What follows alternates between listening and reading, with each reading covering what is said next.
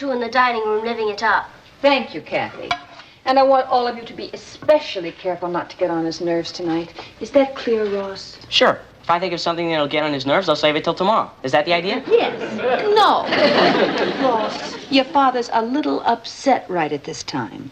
It's that circulation war with the Evening Express, isn't it?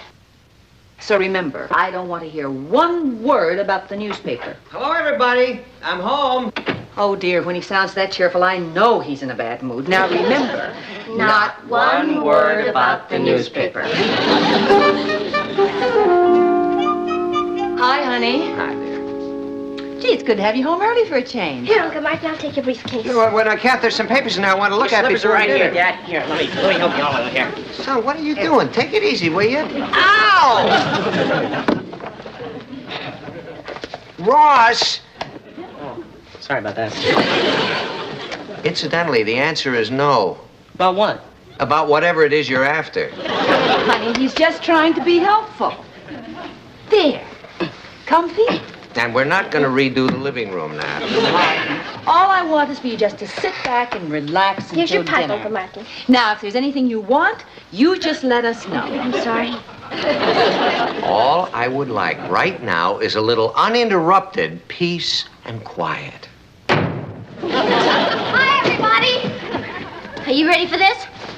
A candy striper's uniform. They've accepted you at the hospital. Wonderful. Yeah, Mrs. Williams, the head nurse, says it's going to be a lot more hard work than glamour, but who knows where it could lead. I might wind up in a jungle hospital. We should be so lucky. That'll be enough of that, son. Patty, I'm very proud of you. When did you get interested in being a nurse's aide? Well, there was this newspaper article calling for volunteers. Oh? I don't recall the Chronicle running anything like that recently.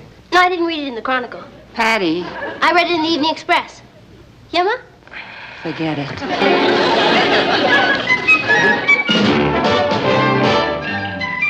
Meet Kathy, who lived most everywhere, from Zanzibar to Berkeley Square. But Patty's only seen the sights a girl can see from Brooklyn Heights. What a crazy pair! But they're cousins, identical cousins all the way. One pair of matching bookends, different as night and day.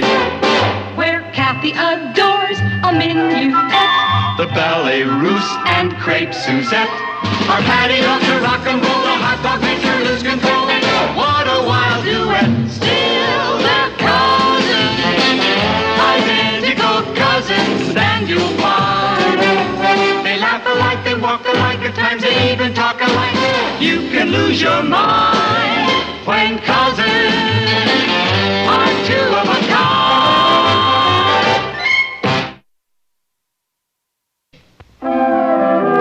Well, why shouldn't I blow my stack, Jim? All I hear from you are excuses. Don't you think I got enough trouble with TJ on my back about the circulation problem? I don't see why I should have to tolerate this kind of asinine behavior from myself. Jim, I'm sorry. Forget the whole thing.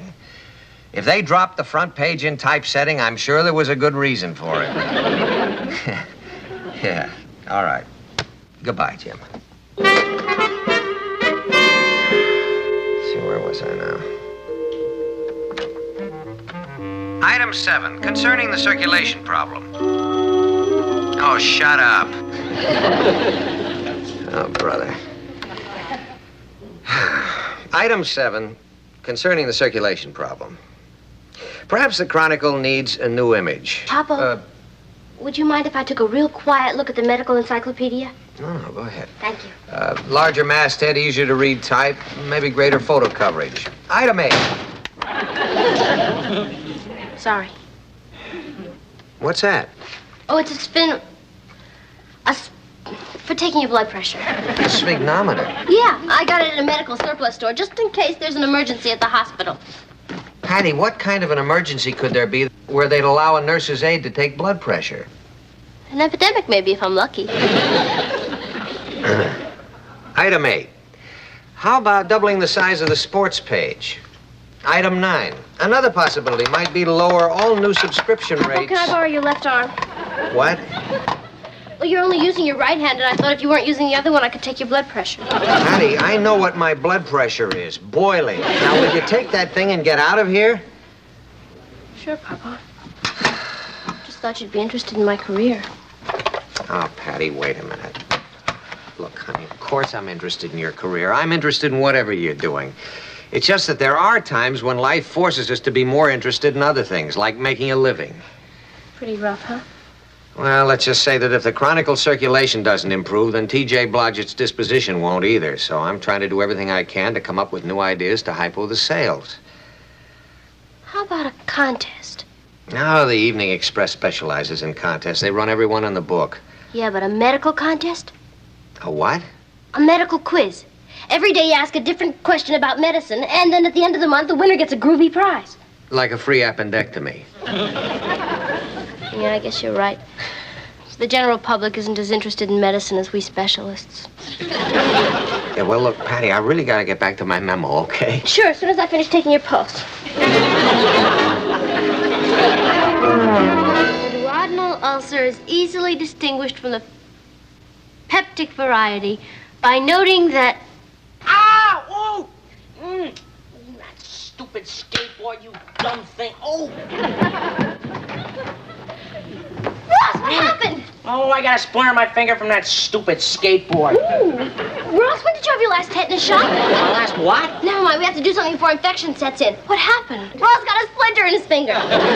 Kathy, would you get me the first aid kit in the bathroom and a needle and something to sterilize it with? Of course.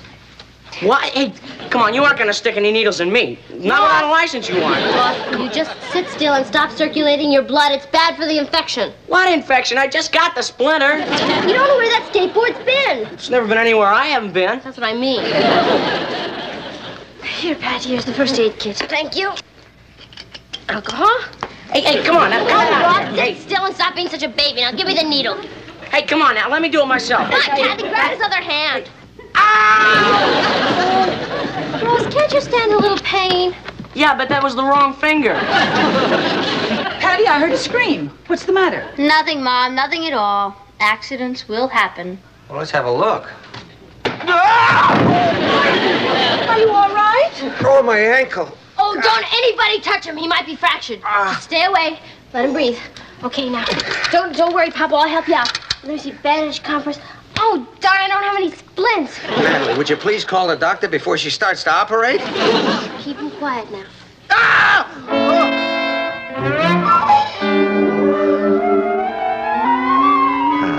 Boy, Papa, you sure were lucky. It says here, even a simple fracture of the abductor hallucis bone can take months to heal. I'll bear that in mind. Next time I'm tempted to trip over a skateboard. Hey, where did Dr. Fenneman go? He's talking to Mom. You're sure it's nothing serious, Ralph? Positive. I only wish I could be as optimistic about his general condition. I've never seen Martin quite so on edge. These last few months have been impossible. Nights, weekends, he practically lives at the office. What he needs is a nice long weekend in the country with plenty of quiet.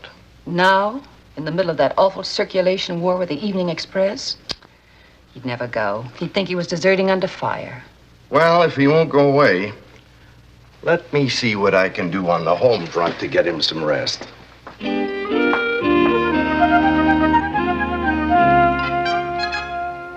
What's the verdict? Well, you won't be doing any place kicking for the Giants, but I imagine you'll survive. Now, that's what I told you over the phone. You didn't have to come rushing over here. I know how you live for those Friday night poker games. I was getting lousy cards anyway. You probably saved me a fortune. Good. You can take it off my bill. Anyway, thanks very much, Ralph. I appreciate it. And I'll see you next month at the council meeting. Make that tomorrow at the hospital. I want to take a few x-rays just to be on the safe side. And while we're at it, we might as well give you a complete physical. What? And with the weekend coming up, you'll only miss Monday at the office. Oh, now, wait a minute. Oh, So I'll see you there at 9 a.m. tomorrow. oh, brother. Martin, stop grumbling and be grateful you have a doctor who cares. Hey, Papa, you know what I just realized? What? Tomorrow's my first day at the hospital, too. Oh, really? Yeah, now you have two things to be grateful for.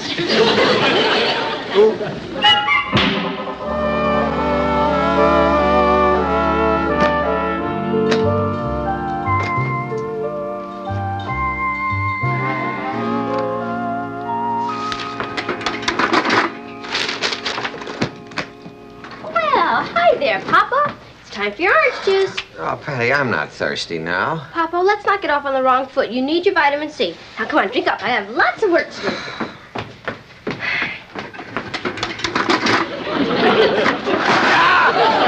Sorry, Papa. Okay, there you go. It takes a while to get used to these things. Patty, you can take it away now. I've had my orange juice. Oh, good, Papa. There we go. Oh, Papa, you spilled it all over yourself. Patty, you're a nurse's aide, aren't you? Of course. Well, shouldn't you be off somewhere aiding a nurse? Oh, no, this is my lunchtime. I can spend a whole hour with you. You can? Uh-huh. Well, honey, I really got a lot of work to do. Now, Papa, if I let you do any work, I'd be violating my Hippocratic oath. That's Hippocratic, and I swear I won't tell a soul. Papa, my orders are absolute rest. Now, how about a nice book? I don't feel like reading. Too tired, huh?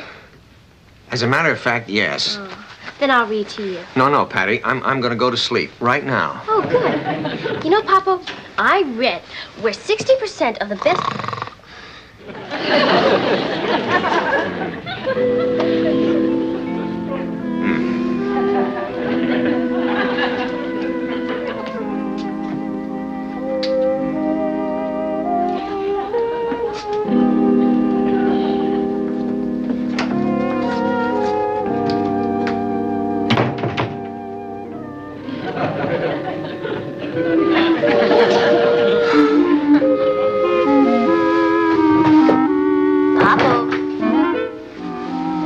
If you're looking for your briefcase, I took it for the duration.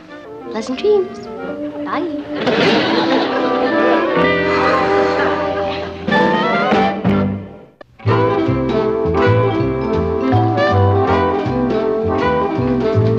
Dr. Summers, third floor reception, please.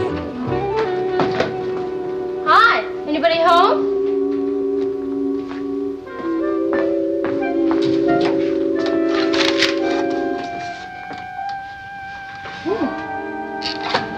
Professor Schroeder?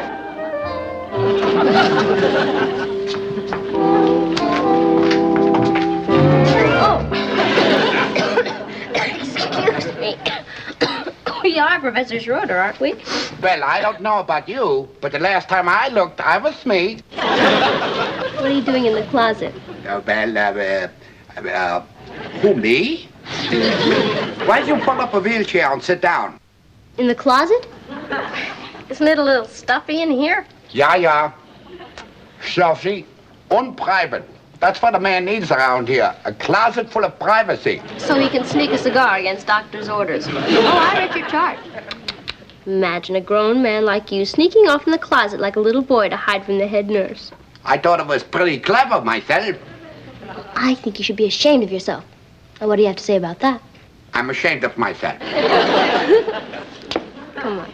Let's just come right out here and make ourselves comfortable. We'll sit down and we'll wheel right over there. There you go. That's nice. Come right over here and open the blinds. Oh, please, don't open the blinds.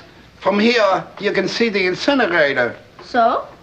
You expect me to watch all that wonderful smoke pouring out of that chimney when you won't let me even sneak a teensy-weensy cigar?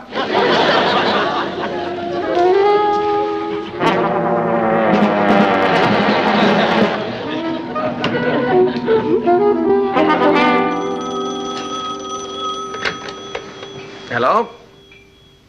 Oh, hi, TJ. How's everything at the office? Martin, I think I've got a hold of something big. Did you ever hear of a Professor Heinrich Schroeder? Oh, yeah, he's a space scientist, isn't he? He's got a book coming out about how to colonize the moon. Yeah, that's our boy. Martin, do you realize what a daily serialization of that book could mean to the Chronicle? Yeah, 10,000 new readers, maybe 20. You mean you got it set up? No, not exactly. I've decided to leave the details up to you, inasmuch as Schroeder checked into the hospital there this morning. Now, all you have to do is find out what room he's in, then you make your pitch, and then... Oh, now, wait a minute, TJ. I can't go barging into a man's hospital room with a business proposition. That isn't ethical. Who said anything about barging?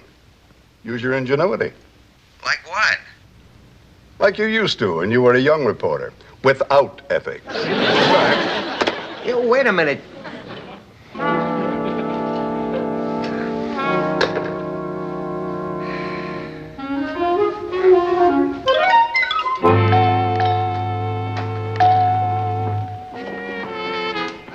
Calling Dr. Paisley.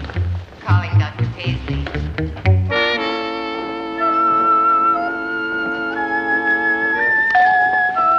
Popo, you know you're not supposed to be out of your room. Oh, well, I just thought I'd stretch my legs. I mean, my arms. So I decided I'd better take a little walk. Ride.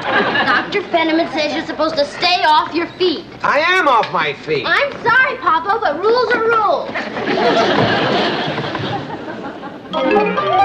Honestly, Kathy, he is positively the worst patient I've ever handled in my entire medical career. He won't stay still a minute. I can imagine. Patty, there must be something you can do to get his mind off the Chronicle. Yeah, but what?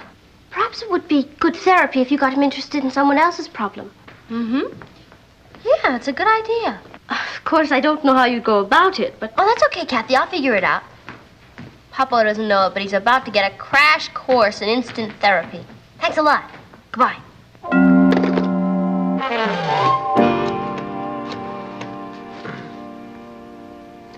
Hello, admissions desk. This is Mr. Lane in room 274. Say, I hear that an old friend of mine has just checked into the hospital, Professor Heinrich Schroeder. Oh, room 237. I wonder if you could put me through, please. Oh, he's not allowed to accept calls.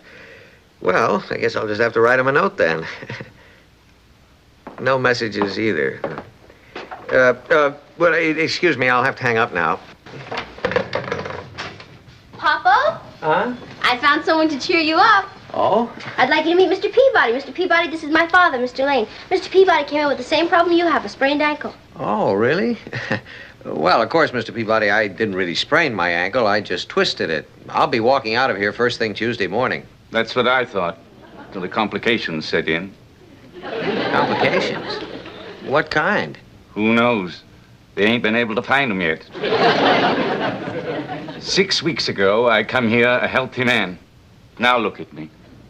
Even my hair hurts. Now, Mr. Peabody, you just stay here and have a nice long chat with Papa. It'll be good for his morale.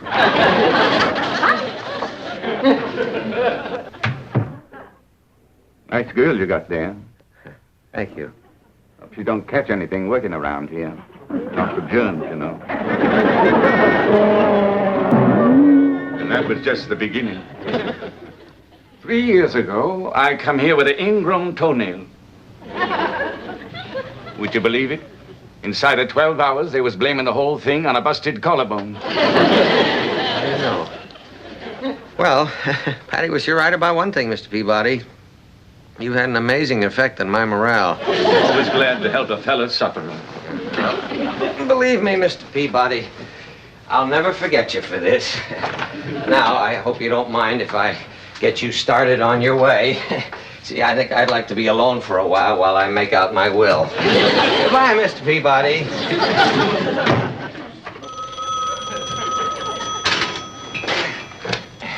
Hello.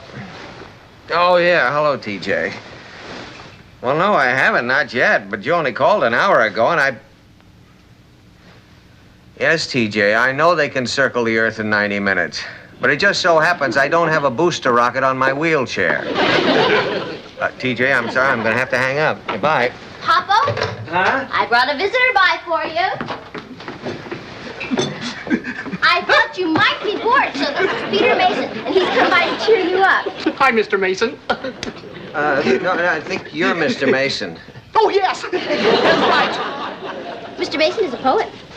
Oh, really? Mm-hmm. He hasn't had anything published yet, so I thought maybe you could give him some advice. Yeah, well, I'd be very happy to. Well, it just so happens I have a sample of my work right here, Mr. Lane. It's a short history of Liechtenstein. Well, that's a very impressive piece of work, Mr. Mason. 857 pages. If you spread them all out, they'd be larger than the whole country. He's very amusing, Patty, just like you said he would. Well, I'm very sorry, Mr. Mason, but I really don't have time to look But at they're it. very fast reading, Mr. Lane. It's all in verse. A Short History of Liechtenstein by Peter Mason. Once upon a time, there was no Liechtenstein. It was just a bunch of scenery with Edelweiss and greenery. Everywhere were castles run by knights and vassals. In winter they were frozen because they dressed in lederhosen. And from the mountains to the valleys with beer and sometimes wine, they toasted the new nation and they called it Liechtenstein.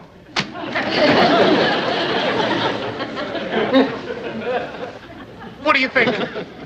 Well, there's a lot to digest. So, you want me to read it again?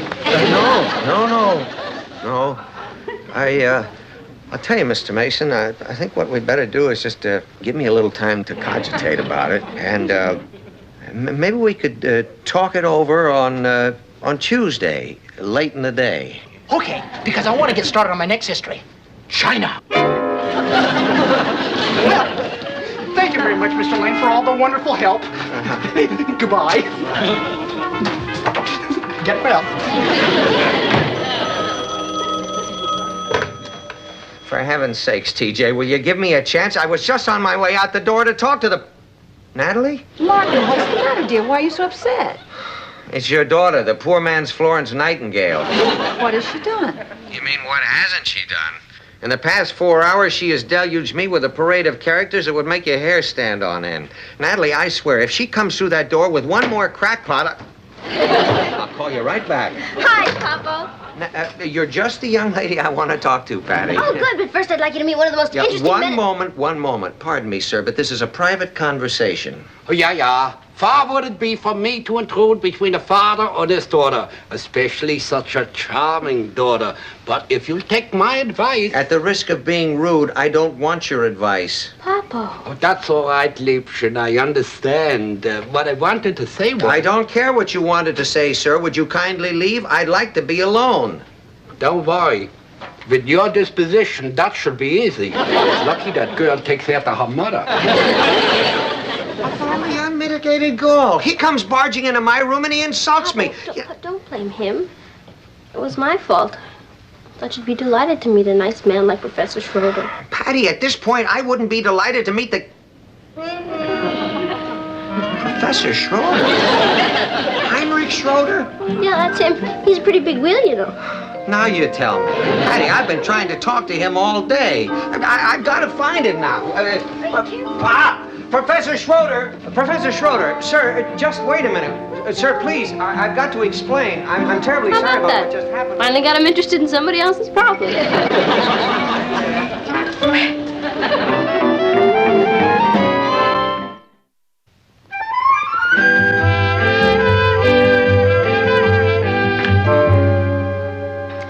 I must say, Professor, it was very generous of you to accept my apologies for our little misunderstanding the way you did.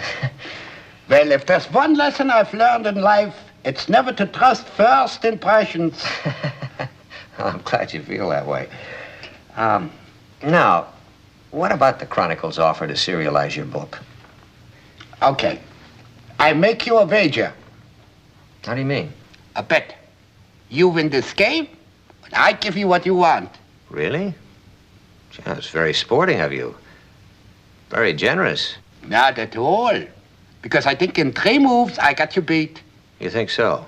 I think so. I don't think so. No? Why not? Because in 1 move, I've got you checkmated. No. Yes? Ah, show me. I'm sorry, gentlemen, but the game is over. It's time for supper. My dear friend, I am a man of science. I have been around the world, and I have seen many things. And this I say only to you. Boy, have you got a problem.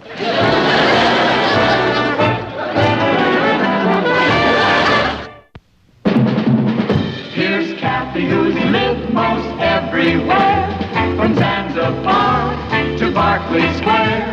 The Patty's only seen the sights a girl can see from Brooklyn Heights. What a crazy pair, but they're cousins, identical cousins. They laugh alike, they walk alike, at times they even talk alike. You can lose your mind when cousins are two.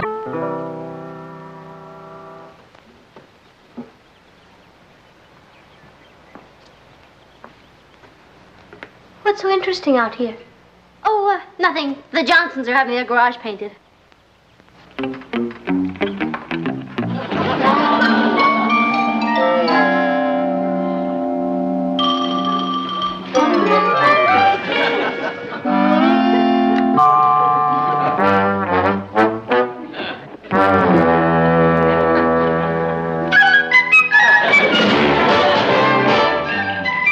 Meet Kathy, who lived most everywhere, from Zanzibar to Berkeley Square.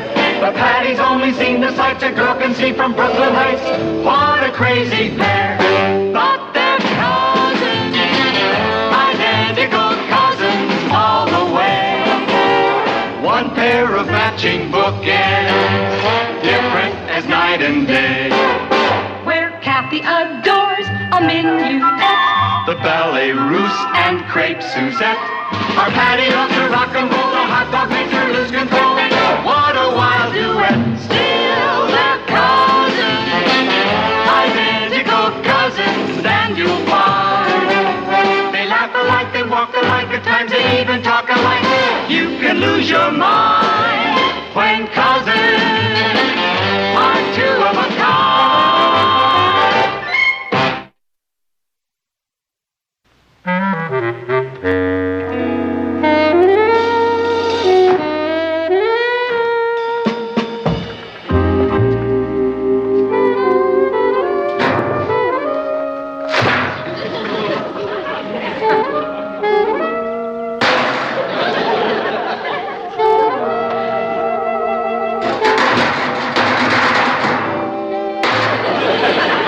Oh, I'm sorry. I hope I didn't disturb you. That's all right. I'm Patty Lane. I live here. I'm a neighbor to the Johnsons. Uh-huh. I've been their neighbor ever since we moved next door to each other. I certainly admire the way you handle that brush.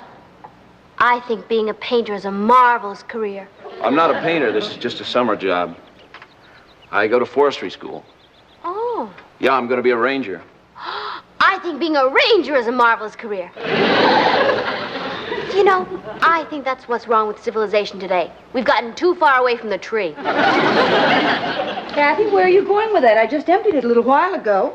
Why, it's still practically empty. Well, you know the old saying, Aunt Natalie, if you keep emptying a wastebasket, it will never get full.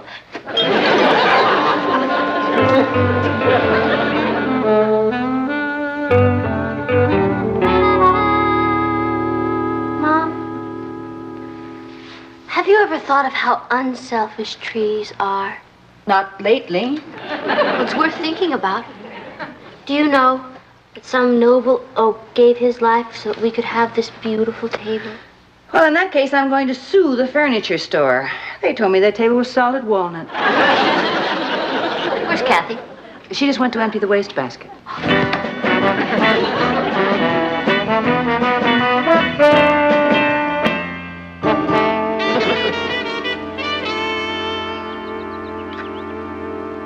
Mom, don't you think the curtains in our room need to be ironed? Yes, they do, honey, but I just don't have time today. Oh, look, Mom, it's Kathy's in my room. I'll iron them. I'll go get the iron. Pat, I don't think that's a very good idea. You know, the last time you tried to iron them, you almost burned the house down. Oh, yeah. Well, look, if you're trying to tell me that Kathy is a better ironer than I am, I won't be hurt. I'll go tell her.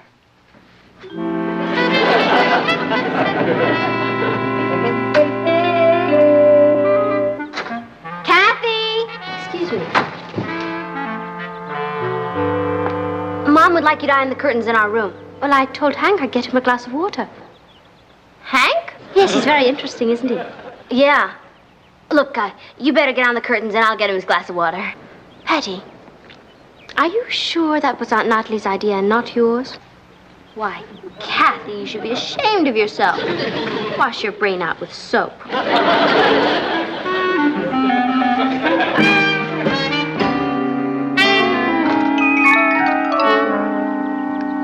Patty. You're welcome, Hank. I know it doesn't have that tang of water fresh from a mountain stream, which I so love, but it's all we can get out of our tap. Funny how you and your cousin both go for the outdoors. Well, I suppose some of my enthusiasm has rubbed off on her. Yeah. She said she once spent her vacation in the Alps and climbed the Matterhorn. She called that a climb? It's supposed to be pretty high. That's because Switzerland is so small, it just makes the Matterhorn look big by comparison. Give me the Rockies any day. Yeah.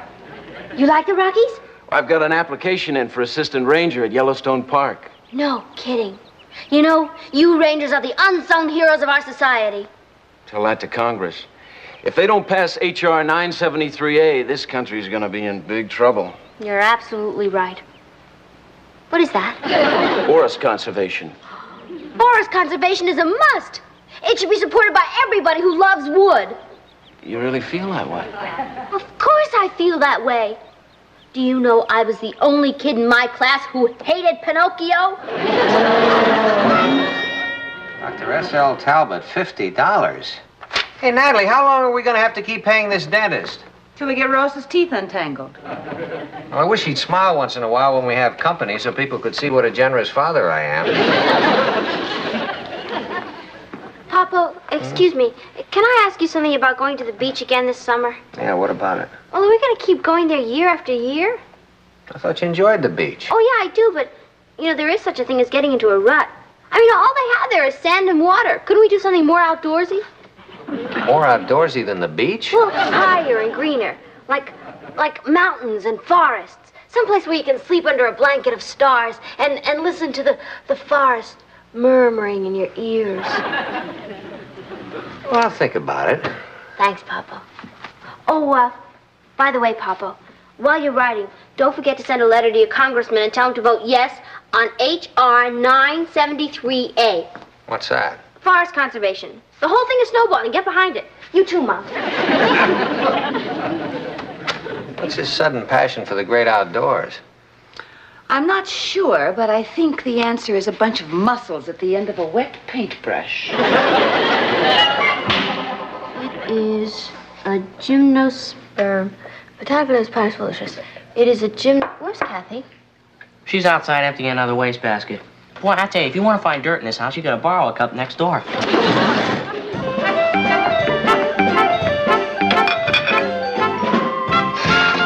Oh, something new has been added. Tarzan is working with his shirt off.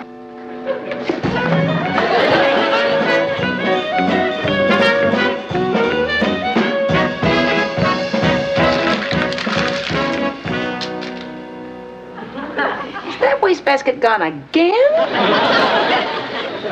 I'll get it.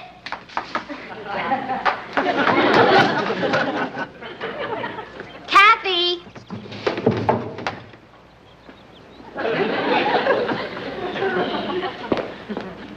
What is it, Patty? Mom needs the wastebasket, Kathy. Where are you going? To get rid of this.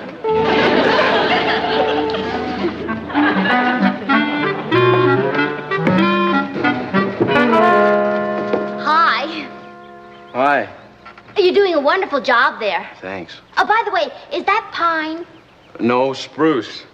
Oh, speaking of pine, the botanical name is Pinus palustris, and it's a gymnosperm of the conifer family, and it's indigenous of the North Temperate Zones, United States, and Canada, as you probably already know. Yeah.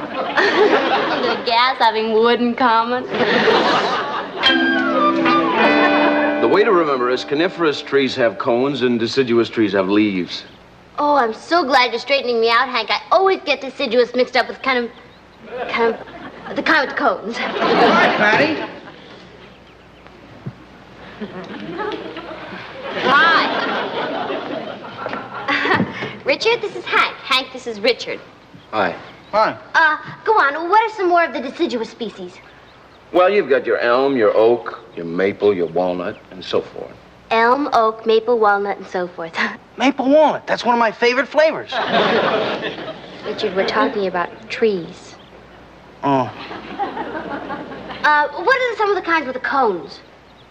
Well, they're your evergreens or needle leaf trees that hold onto their leaves all year, except for your bald cypress and your larch. Have you ever been to Sequoia National Forest? No. I was. My folks took me. You know what kind of trees they have there? Sequoias. Not exactly, but mostly. What about the bald cypress, Hank? Well, you find Let it me mostly... ask you this. Do you guys know why some maple trees give syrup and some don't? Because some are sugar maples and some aren't. Well, that's what most people think. Well, actually, it's true. But the important thing is when you're out looking for syrup, make sure it's a sugar maple. Because some of them aren't. Richard, can I talk to you a moment, please? Excuse us. Do you realize you're talking to a man who's practically a forest ranger? So? So people who pretend they know things they don't know just make fools of themselves, which is exactly what you're doing. Yeah, well, don't expect me to support that forest conversation bill. Conservation. Well, I'm not going to vote for either one of them.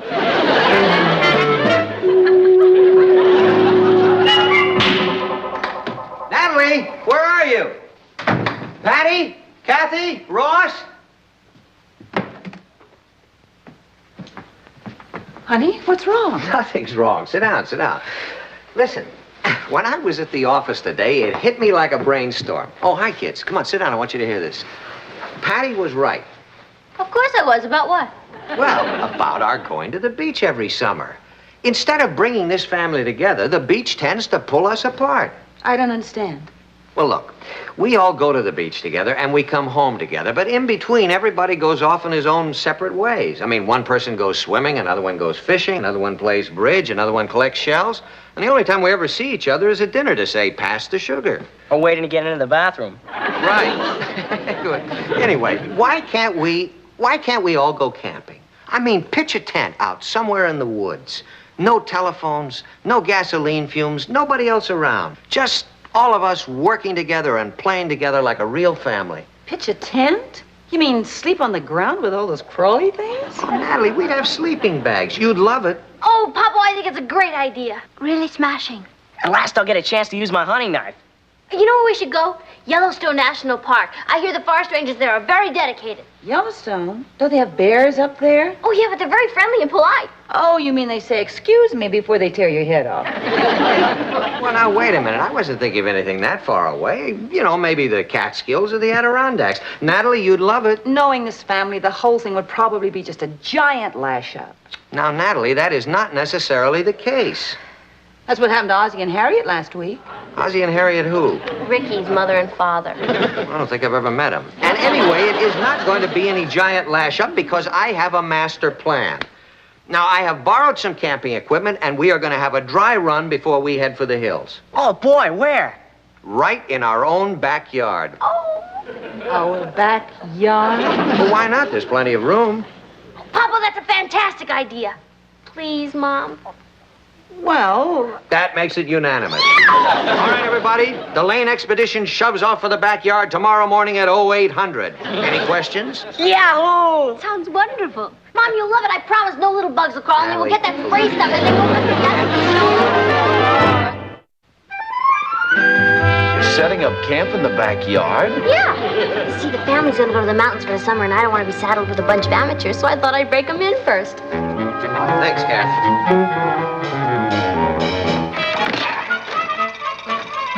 6-man life raft?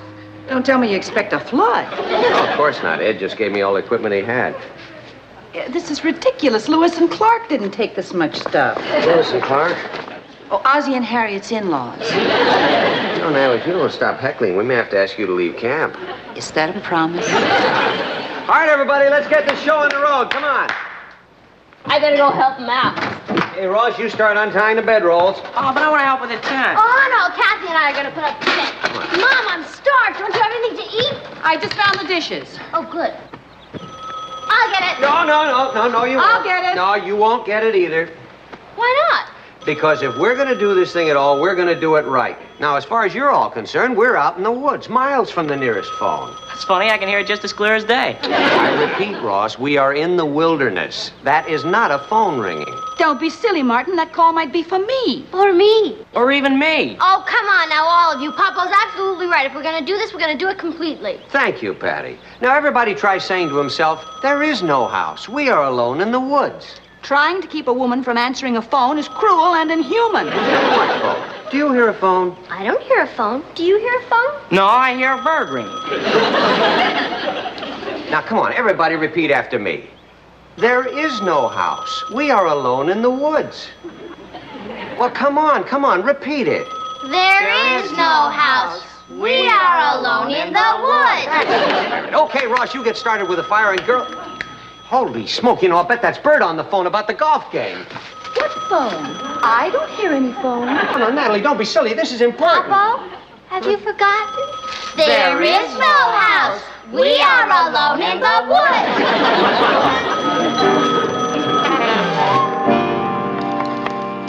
How you doing, son? Who said you could light a fire by rubbing two sticks together? Well, you just have to keep at it.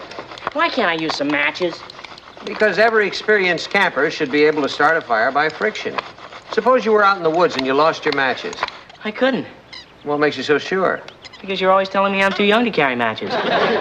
Ross. I know the pole is too short, but if you keep moving, you'll make the whole thing fall down. The stakes are going to come out. Come on, Patty, now stop it. All right, now, just simmer down in here. Let's have a little less argument and more cooperation. Now, this is simple. All you need is the pole that holds up this end of the tent. These are the only two poles left, and they're too short. Oh. Well, I guess we'll just have to improvise something. Let's see, I don't suppose a shovel would work, would it? No. How about those bamboo poles that come in the carpet? We'd have to go inside the house for it. Oh. I've got an idea. Yeah?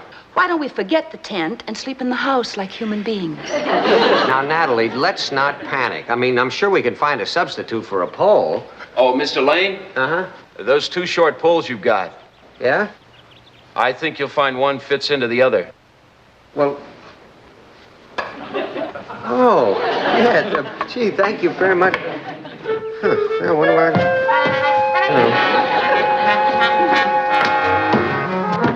I tried to show them how, but they wouldn't listen to me. Well, I'm gonna pack it in. But you're coming back tomorrow, aren't you?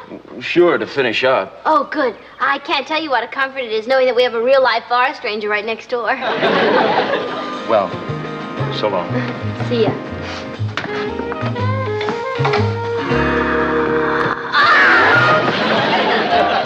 Nothing like a nice trip on a raft.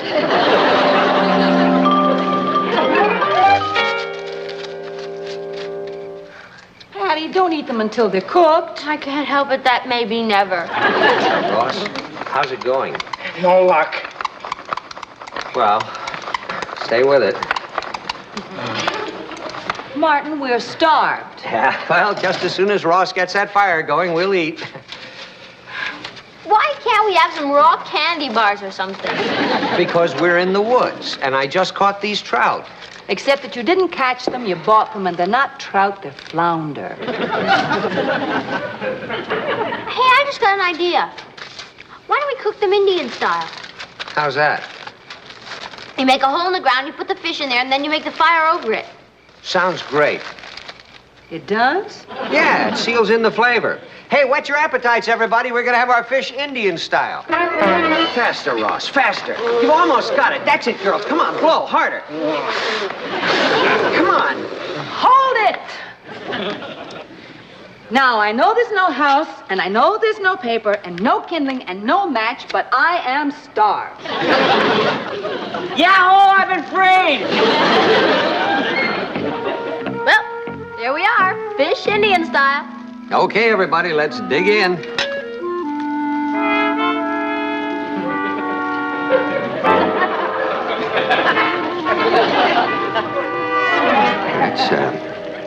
It's very, Oh, yes, it is. Tastes kind of like, Don't it? Yes, it does. It's got a certain quality. It's kind of hard to put your finger on. It's terrible. That's the quality.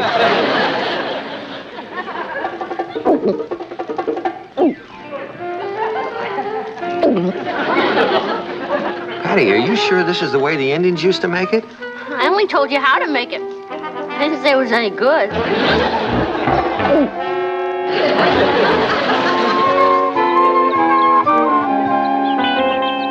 sacroiliac will never be the same. I thought you said those things were comfortable. They are. I never had a more restful sleep in my life. Oh!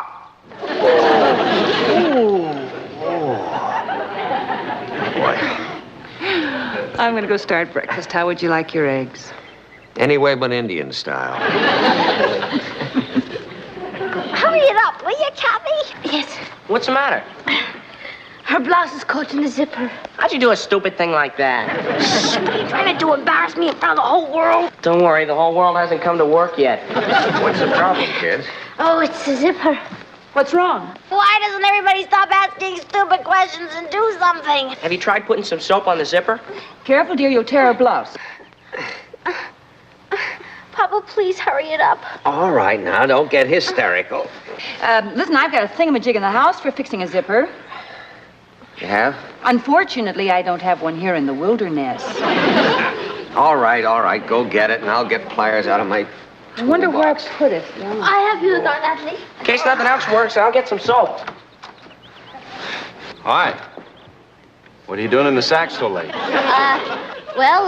It was so comfy here with the sky and the trees and the grass and the ground. I just can't seem to tear myself out of this bag. I know what you mean. Well, I gotta get started. I got the pliers. Do you mind a thingamajig, Nat? Yes, I'm coming right down.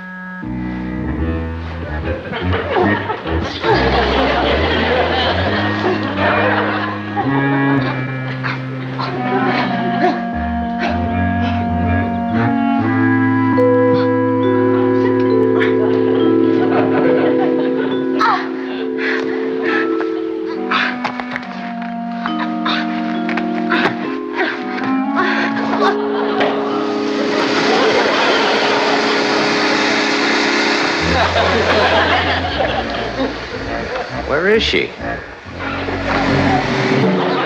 Where in the world did she disappear to? What's that noise?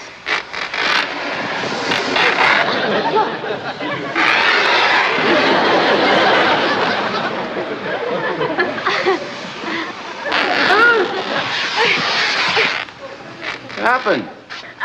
Nothing. I'm just looking out for forest fires. Hey. Hi, honey. Billy, forgot your lunch. Holy cow, I did. Thanks. Hiya, Tiger.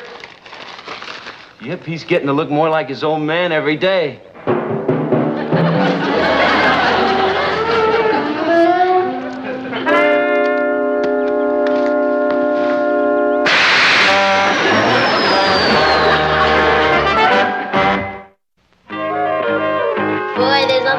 Better than a white tablecloth. And here we are back to civilization.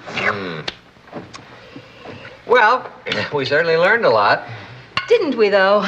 All right, so we had a few problems. That's why we did it, to find the snags. Well, we certainly found them, didn't we? I'll say. Hey, girls, do I get the impression that you're not as keen about camping as you used to be? Well, I don't know about Kathy, but I'm as enthusiastic as ever. You are? Uh-huh. I think it's a group. You do? Yeah. But, for your sake, Papa, I really think we ought to go back to the beach this summer. For my sake? Well, I know how much you'd miss your deep sea fishing. Please don't mention fish. Patty, what about the mountains and the stately pines? Well, I figure it this way, Mom. You've seen one tree, you've seen them all. Well, I certainly would miss my deep sea fishing, but I wouldn't want to deprive the rest of you. Please, deprive me. Personally, I can't wait for a house full of sand. I'm for the beach, too. Papa, I just got the greatest idea. Yeah? The first fish you catch, I'm gonna cook it. Really? Mm-hmm. I got this great recipe no Indian ever heard of. Good. You take the fish, and you bury it in the sand. No, thanks. And then you go to a hamburger stand.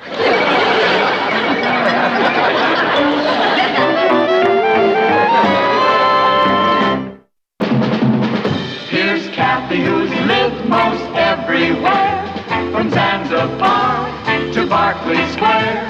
The Patty's only seen the sights of Crocus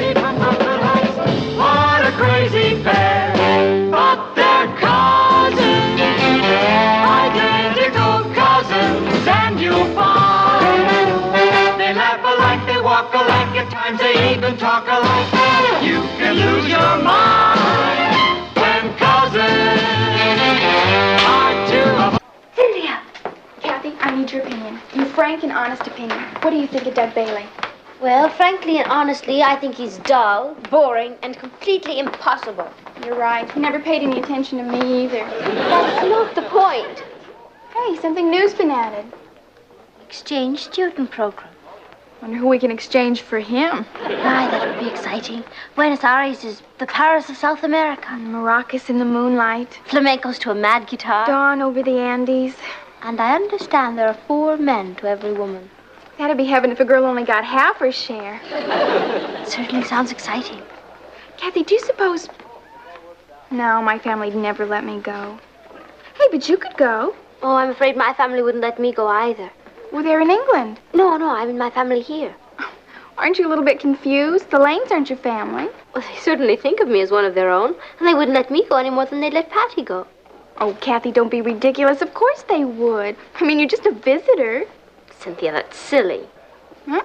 One way to find out. Ask them. I have a good mind to do that just to prove you're wrong. I dare you to try it. You'll see I'm right. You know, my grandfather has a saying. After a few days, fish and visitors start to spoil.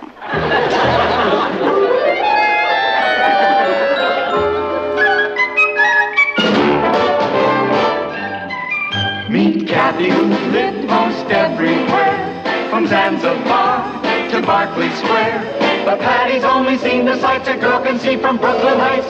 What a crazy pair! Thought they're cousins, identical cousins all the way. One pair of matching bookends, different as night and day. Where Kathy adores a minuet, The ballet russe and crepe Suzette. Our Patty loves to rock and roll, the hot dog makes her lose control. What a wild duet! Still they're cousins, identical cousins, and you'll find they laugh alike, they walk alike, at times they even talk alike. You can lose your mind when cousins are two of a kind.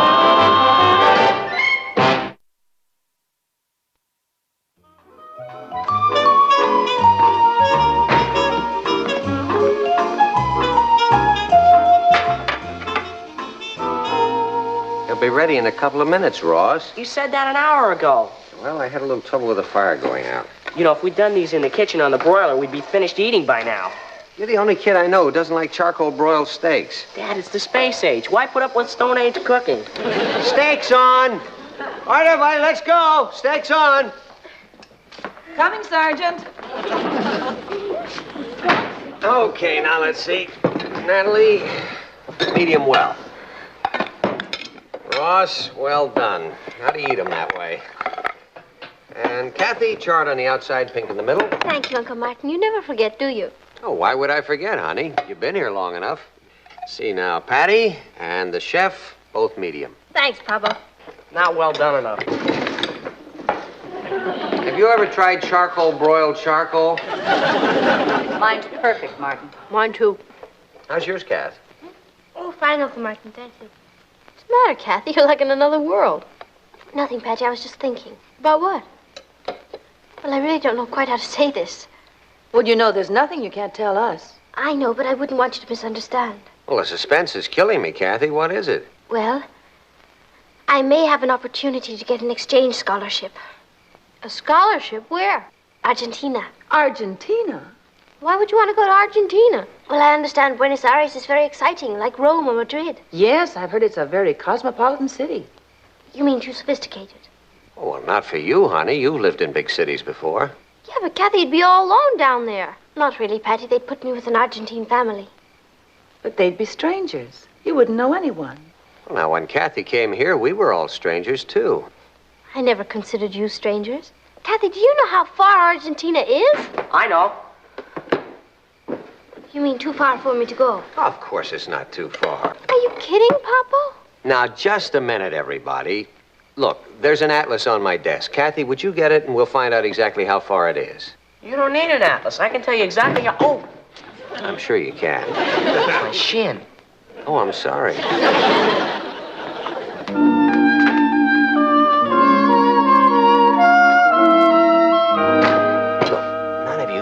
understand, but this is a big opportunity for Kathy, but she's got a conflict about it because she thinks we don't want her to go. Well, she's right. If Kathy leaves, I'll be devastated. It would be like losing my own daughter. Who'll help me with my homework? Now, wait a minute. In the first place, she's not going yet. She's just thinking about it. And in the second place, if we're going to be fair to Kathy, we've got to let her decide this by herself. Don't you see that? I don't think she can't do this to me. Martin. I don't care about being fair. Now, hold on. You just don't seem to understand. It's hard enough for Kathy to make a decision like this without your making it any harder. What are we supposed to do? Be cheerful? Exactly. That's what I want you to do. Be cheerful. In fact, we've got to convince her that we're happier about this than she is, no matter how we feel. Now,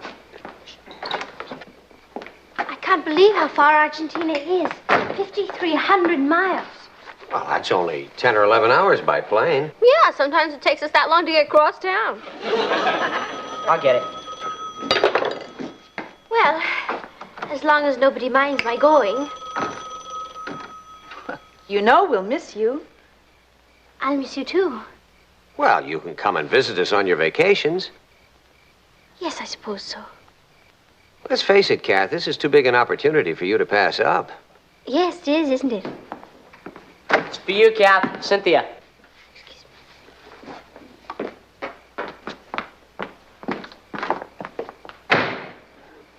Well, how did we do? Well, not bad.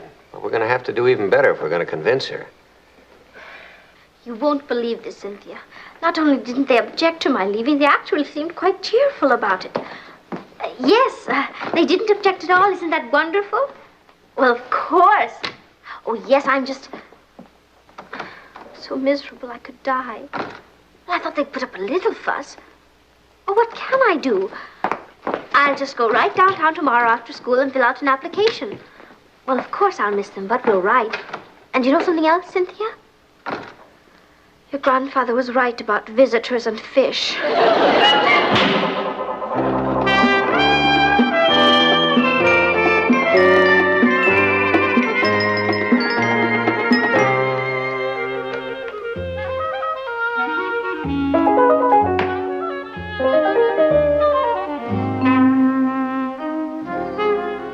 Hello. Hi, I'm Kathy Lane. I'm Colette Dayute. Well, it's nice to meet you. Thank you.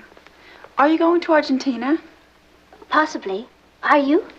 Uh-huh, it's sort of a prize. Oh, really? What for? I won the Miss Teenage America contest. Oh, well, congratulations. Tell me, did you have much trouble getting your parents' permission to go? Oh, I'll say. For a while, I didn't think they were going to let me. What a fuss they put up. Oh, that's wonderful. Pardon? Nothing. Kathy Lane? Excuse me.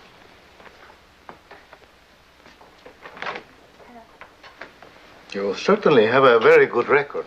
Thank you. I'm going to love going to your country. I think you will like Argentina. Oh, I'm sure I'll love it. I've always wanted to go to Buenos Aires. The music, the fiestas. Well, perhaps someday you will. Someday? What would be the point of sending you to Buenos Aires?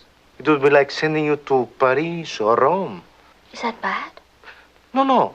But the purpose of this program is for you to absorb some of our native culture, our customs. You are going to Fin del Mundo. Fin del Mundo? Where is that? It's a small village high in the Andes, very colorful. And very isolated. Oh, very. You'll find it an ideal place to study. No distractions. And no boy. I mean, no distractions at all. Of course, Fin del Mundo has its boys. Fine boys in whose veins the blood of the conquistadores still boils. Even at that altitude? But naturally, your chaperone will be with you night and day to make sure they do not harm you. Naturally. Would you fill this in, please?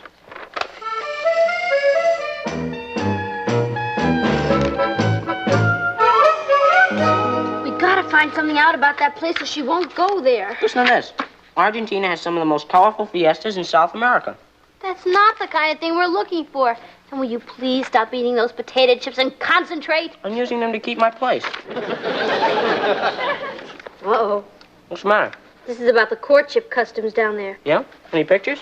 All I know is Kathy better watch her step. She gets A in math and science, but when it comes to men, that's a whole different story. Yeah, but you got an A in biology, too. So she can dissect a frog. What's biology got to do with men?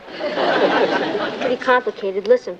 When a girl wishes to show that she is single and available, she places a rose behind her right ear. If she places it behind her left ear... She's available, but not single. It means she's single, available, and interested. Now, if she drops the rose when she passes a boy, it means she's... A butterfinger. It means she's attracted to the boy and would welcome in advance. Oh, boy, I think Kathy's gonna be in big trouble down there. I don't think so. Why not? She's allergic to roses. Ross, will you fill your mouth with potato chips and keep reading?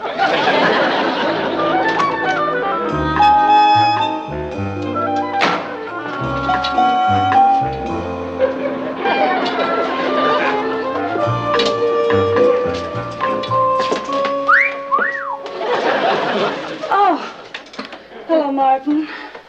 Oh, hello, Martin. Whatever happened to the mad gay blonde who used to smother me with kisses at the door? I'm sorry, dear. I guess I just haven't felt too gay since Kathy decided to leave us. Gee, do you remember how frightened and shy she was when she first came to us? My heart went out to her. Oh, I know how you feel, Nat. I love her, too, but this is something that she wants to do. This is something that's very important to her. We can't hold her back.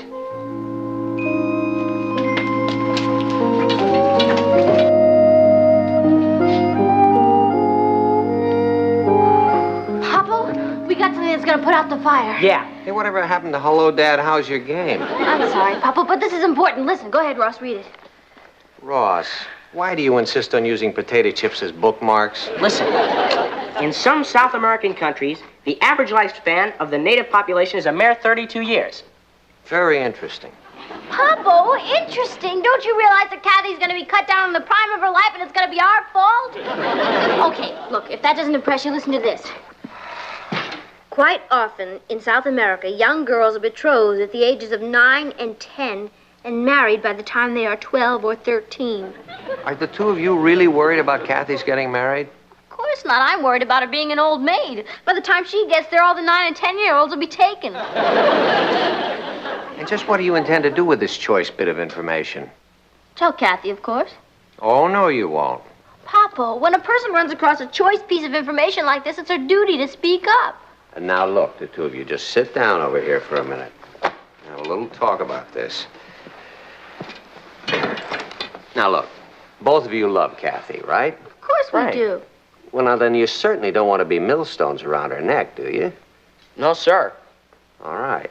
Now, Patty, one thing you're not is selfish. I mean, you're always giving your time to other people, extending yourself for them. Can you do less for Kathy?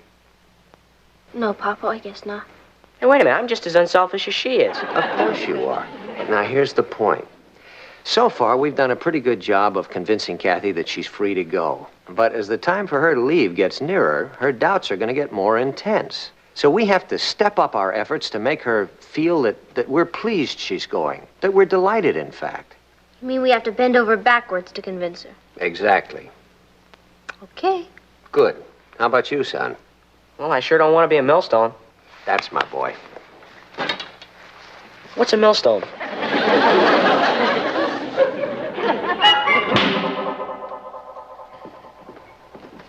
Hi, Kathy. Hello, Uncle Martin. Did you get your application filled out? Yes, but you'll have to sign it to make it official. Oh, what'd they say about your chances? Very good. Marvelous. Uncle Martin, if you've changed your mind, it's not too late. Changed my mind about what? About my going. Oh, of course not. I tell you, let me have the application. I'll sign it right now. Uncle Martin? I'm not going to Buenos Aires, you know. You're not? No, I'm going to a little town called Fin del Mundo. Oh, uh-huh. It's actually not a town, it's a village. Do you know what Fin del Mundo means? Oh, let's see. I used to be pretty good at Spanish. Fin means, End. End, right? And mundo means... World. End of the world. Gee, it sounds pretty isolated. Oh, it is. It's way up in the mountains. Ah, that's wonderful, because that's the way you get the real feel of the country. Nobody speaks English. Perfect. You know that's the only way to learn a foreign language. All right, there you are, honey. You should be pretty excited. Oh, yes, I am. Terribly. Hello, Kathy. Hello, Aunt Natalie. What's new? Uncle Martin just signed my application for the scholarship. Oh. How does it look? Very encouraging. Oh, marvelous. Aunt Natalie. Yes? You shouldn't be doing that. It's my job. Well, as long as you're leaving us, I better get used to doing it again. Now, if my leaving is going to cause you any extra work, I won't go. Oh, nonsense, dear. As a matter of fact, with one less person in the house, there'll be less work for me.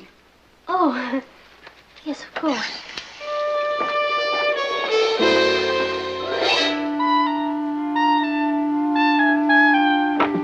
Hey, Cat. Come here a minute. Yes, Ross, what is it? Well, I don't want to get emotional about this, but we've been pretty close, haven't we? Of course we have. I mean, anything you want me to do, I'll do, right? Well, yes, and the same goes for me. And, Ross, you know I'd do anything you want me not to go, to do. You're definitely going to Argentina, aren't you? I suppose, so far. Why? I don't know if I should ask you this. It's awful big. Is it about my going to Argentina? Yeah. Ross, ask. Well, when you go, would you ask Dad if Patty and me can split your allowance?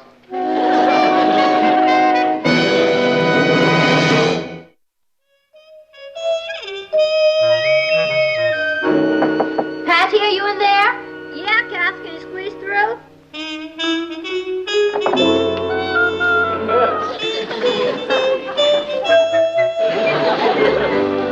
Patty, what's happened to this place?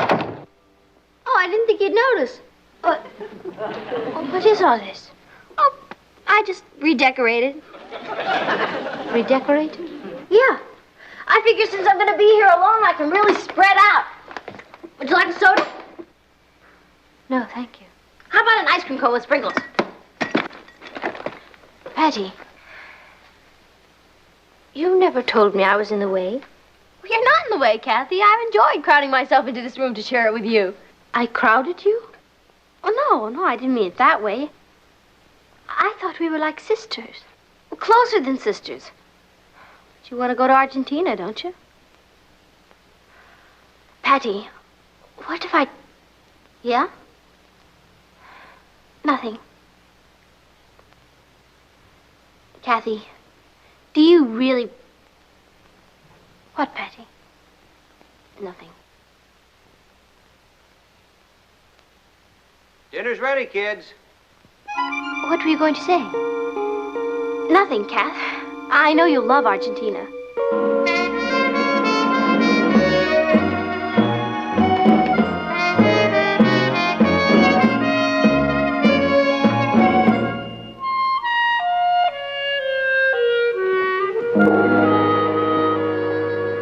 Anything besides bills, Kath? Yes, notice to report for my medical examination. Yeah, that's the last step before Argentina, isn't it?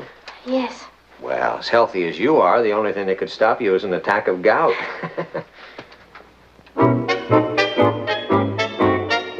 Gout? That's ridiculous. You're too young. Oh, really? Then perhaps I should tell you what happened when I got up this morning. I had a terrible crick in my back. Right here? That's the spot. Me too. It sure hurts, doesn't it? Yes. You ever get a pain back here? All the time. What do you do for it? Nothing. That's the best thing. You'll have to live with it. Now, back to your medical history. Have you ever had the measles? Yes. Mumps? Yes. Whooping cough? Yes. Chicken pox? Yes. Beriberi? Yes, yes. Scurvy? Yes. Ishimoto syndrome? Yes. Well, that's all there is. You've had every disease there is on the list. Oh, my.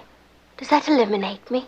Oh, no. With your medical history, you should be immune to anything. Splendid.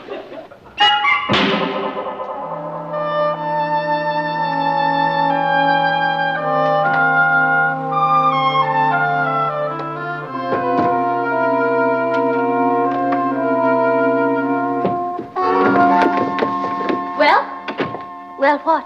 When do we start the countdown? Not for a couple of days. They'll send the official letter to Uncle Martin. Oh, are you sure you passed? Well, of course I passed. I've never been sick a day in my life. Gee, that's tough. You mean you don't want me to go? Kathy, I hope you make out better in Spanish than you have in English. Tough means great. Oh, I see. Boy, you must be thrilled about passing, huh? Oh, yes, yes. As a matter of fact, it's the toughest thing that's ever happened to me.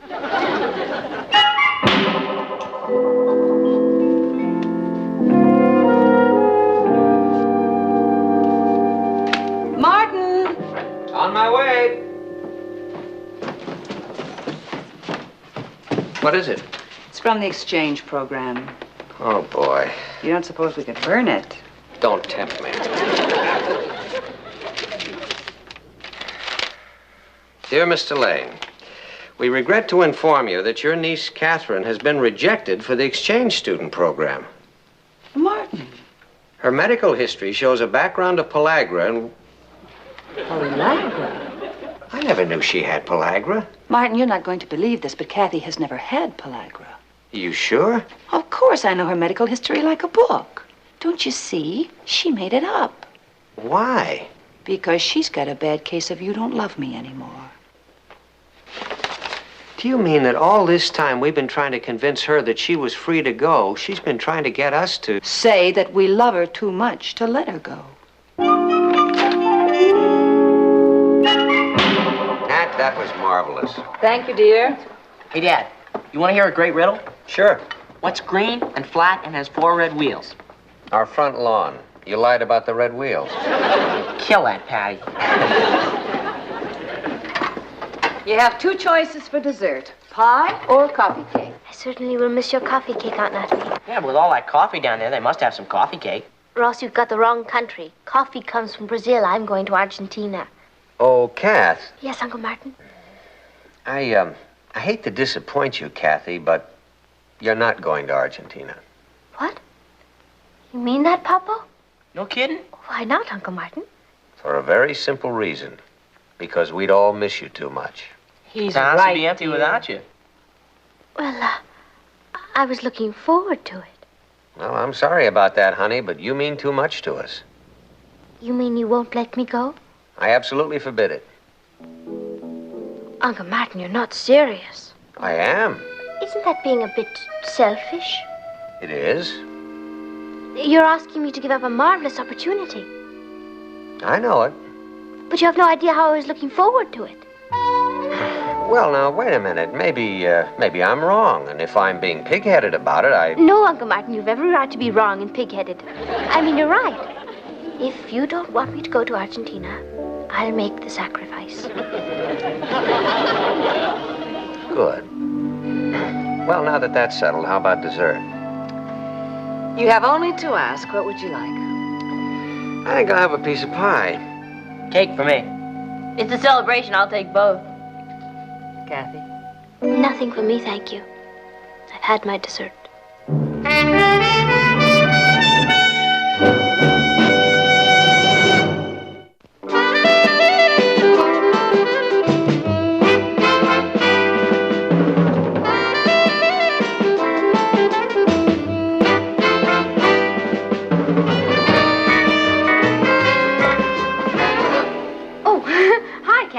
What's going on? I was just watching Doug Bailey, that dream. Oh, really, Patty?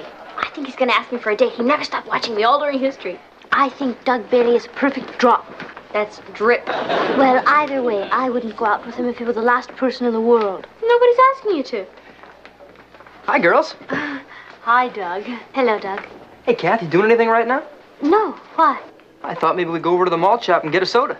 I'd love to, Doug. Terrific. See you later, Patty. Bye, Pat.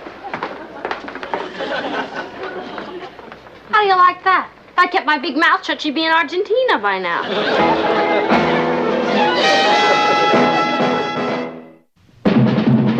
Here's Kathy, who's lived most everywhere, from Zanzibar to Berkeley Square. The Patty's only seen the sights a girl can see from Brooklyn Heights.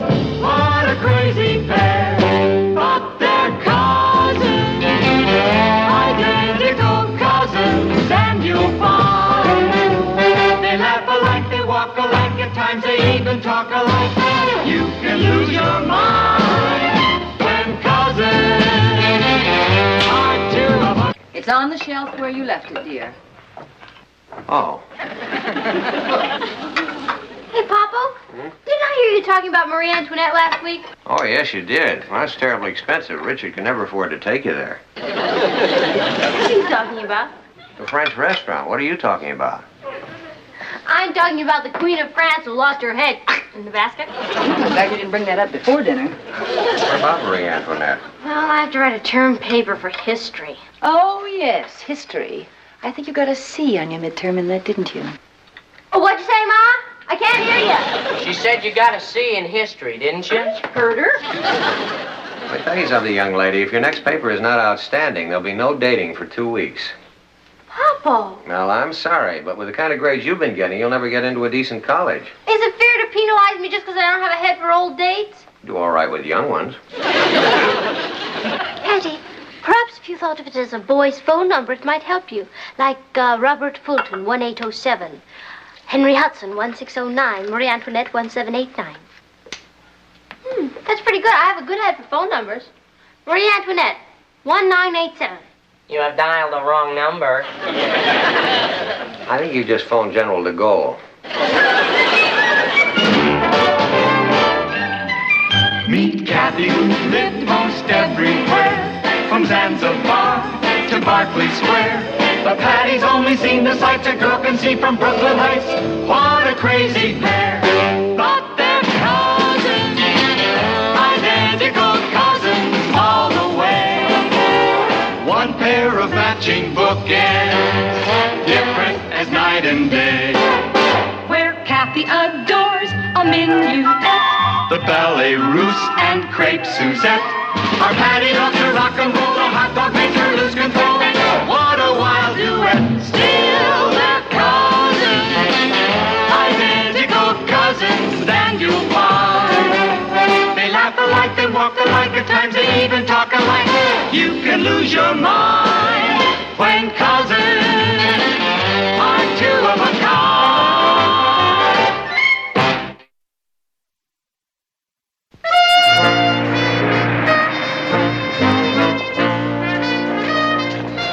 Hi, Patty. Hi, Rich. How about making the basketball game tonight? I can't. I have to work on my term paper. My father says if I don't get better than a C in history, it's going to be home on the range for 2 weeks. Gee, that's practically capital punishment. Oh, I've got Jim. I'll call you at home. Okay.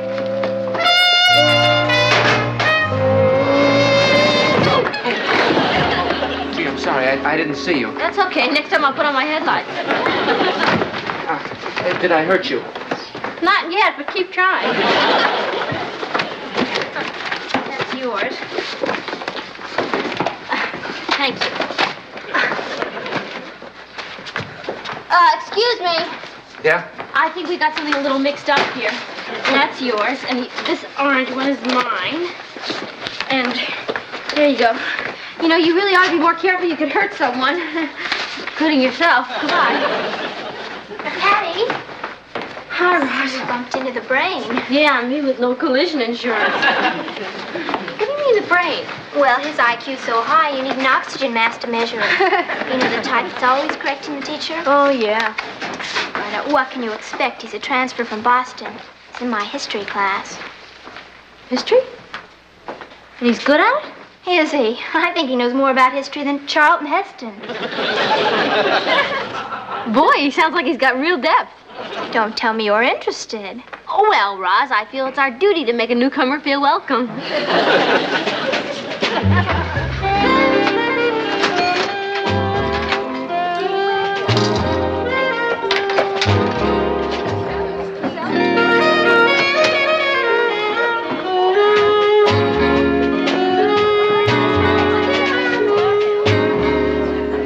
Pardon me. Is this seat taken? Oh, it's you! No, there's no one. Oh, let me help Oh, you. thank you. Sorry. That's okay. Did I hurt you? I'm so glad I ran into you again because I wanted to... Oh, apologize. Let me take that. Thank you. I really do want to apologize. It was so clumsy of me bumping into you like that this morning. You didn't bump into me. I bumped into you. Oh, now I know it's very nice of you to try and take the blame, but I won't have it. It was my fault. I distinctly remember bumping into you and then saying, how clumsy of me, and I never apologized to that interesting-looking boy. Oh, that's all right. Me? You're new here, aren't you? Yeah, but I'm used to that. My father's a surgeon in the Army, so I've been in and out of lots of different schools. Oh, my, isn't that exciting? Did I get you? No, that's all right. I had something in my eye anyway. That kind of washed it out. I guess you could say you really dig grapefruit. It's very high in vitamin C, you know. You get 39 to 47 milligrams per 100 grams of grapefruit, which is 50% of your minimum daily requirement. Is that right? Most people don't know that. No, you've got a wealth of information. Well, I like to keep up on things, current events and so forth. So do I. Of course, my big hang-up is history. No kidding. History's my favorite subject. I'm going to major in it in college. Isn't that a coincidence? Except I have one problem. Oh? What's that? I can't seem to remember things. Oh. Maybe it's because it all happened so long ago. Well, that's what history is, you know. You know what my biggest problem is? Writing about history. I have to do a term paper this weekend. Oh, boy, am I having trouble with it. Well, listen, look, I'd be glad to help you. Oh, no. One thing I never do is allow anyone to write my term papers. I didn't mean I'd actually write it for you. Oh. But I'd be glad to discuss it with you and, kind of look over your outline. Oh, that's great, because my biggest problem is outlines. Anytime. How about tonight? Gee, sure. Well, that's great. I'm glad I bumped into you. I knew you'd be an interesting boy. Is there any salt on the table? Oh, yes, certainly. Thank you. Here. Oh, look what I did to your blouse. Oh, that's okay. I was going to throw it away anyway. And the skirt, too. Whole crummy outfit.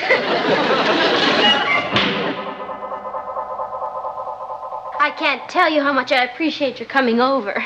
Oh, no problem. I was glad to. Good. Shall we get started? Oh, well, sure. Now, here's the typewriter, and here's some typewriter paper. Do we need anything else? How about your outline? Outline? You said you made an outline for your paper. Oh, the outline. Yeah, I'll go get it. Patty, Yes, can I ask you a question? of course. Who's this fellow Richard I always see hanging around you? Richard? Yeah. Oh, Richard. Oh, he's just a friend of the family's. Oh, really? Yeah. I'll be right back.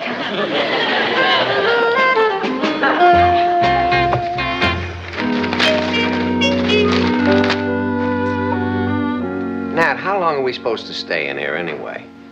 Till Patty tells us we can come out. Maybe I better look and see if she's left some bread and water outside. She says he's very shy. Who is he anyway?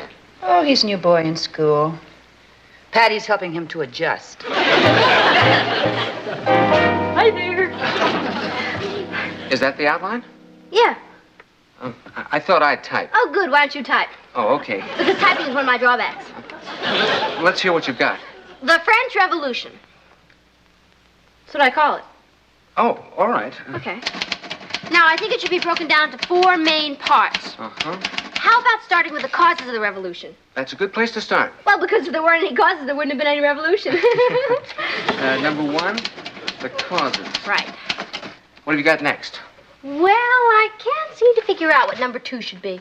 Well, it could be the beginning of the revolution or the acts of the assembly. Yeah, but then I can't figure out which should be second and which should be third. Suppose we make the beginning of the revolution second and the acts of the assembly third. Very good. Put it down just the way I said it. Number 4. Number 4. You know, Henry, that's the most difficult decision of all. Well, it could be the formation of the National Assembly or the Reign of Terror. Either one's pretty good. Yeah, but that's what makes it so difficult to decide. I'll tell you what, put them both down. Well, there's the outline. It went much faster than I thought it would. Now all I have to do is, excuse me. Hi, Patty. Hi, Rich. Thought I'd stop in for a while. Good. My father's waiting for you in the den. Your father? Yeah, he's got the chessboard all set up. Papa, Richard's here to see you. Hi, Mr. Lane. Mrs. Lane? Hello, Richard. What is it, Richard? What is what? You wanted to see me? I thought you wanted to see me. Well, it's always nice to see you, Richard. Patty said something about having the chessboard set up. Chess? Oh. You want to play some chess? I'd love to. In fact, I always wanted to learn how to play chess.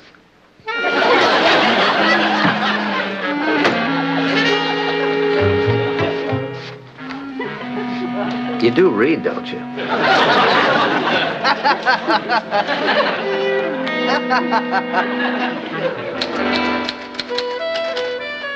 There's the outline. That's great. Shall we start roughing out some of the details? Yeah, sure. I never believe in putting anything off. Okay. Go ahead. What kind of detail did you have in mind? You know, where we have causes, we rough out some of the principal causes. Oh, that's what I was going to suggest. Okay, the causes. The primary cause of the French Revolution was, let me see now, how shall I put this? Are you trying to say that the system of taxation was very unfair to the lower and middle classes? Yeah, that's the general idea, but I wanted to put it a different way. I know, put this down. The system of taxation was very unfair to the lower and middle classes. That's what I just said. Oh, you see? I guess that's why they say history repeats itself.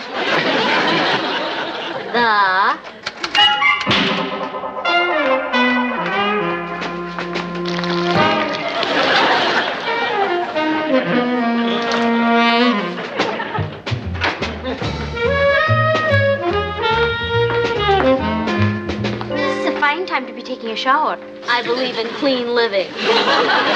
What's new, Kath, besides ho, ho, ho? What's more important, what have you been up to? What do you mean? Nothing. Kathy, if you've got something on your mind, I'd rather you got it off. Well, I was wondering, is that boy who was at our house last night helping you with your history paper? Whatever gave you that idea? Well, I heard today that he's very good in history, and I just put 2 and 2 together. Well, you didn't get 4. He's helping me with my history outline, and I'm helping him to adjust. And believe me, my job is much harder than his. Patty! Kathy, don't you have to run along to your class now? I don't have anything this period. Oh, well, I do. Excuse me. Hi, Henry. Say, I really enjoyed working with you. Yeah, you certainly were a big help in crystallizing my thinking. Would you like to come by tonight and help me crystallize some more? Gee, I'd like to. But my mother and father are going to a meeting at the hospital tonight, and I've got to stay home and babysit my kid brother. Gee, that's too bad. We're already halfway through. Yeah. I know what. As long as I've got to stay home anyhow, why don't I go ahead and do the second half? Oh, no, I couldn't let you do that. Why not? I've got all my assignments done for the next 2 weeks. Well, if you insist, but I want to remind you of one thing. Every piece of work I hand in will be my own. Oh, of course. I just meant I was going to make some rough notes for you to look over. Okay. What are you going to do tonight? Well, I guess I'll go to bed early because I'm going to have a terrible headache. How can you tell that now? Whenever I work on a term paper, I get a terrible headache. Hi, Patty. Hi, Rich. I think I'd better run. Bye. Bye, Henry. Oh! What's with you and that guy anyway? Nothing. He's new here, and I'm helping him to adjust. Adjust? Yeah.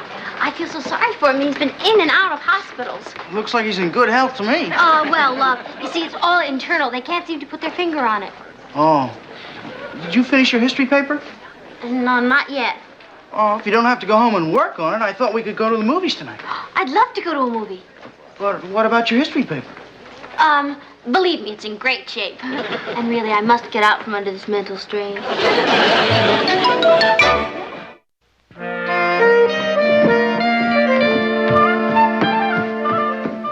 Be with you in a second.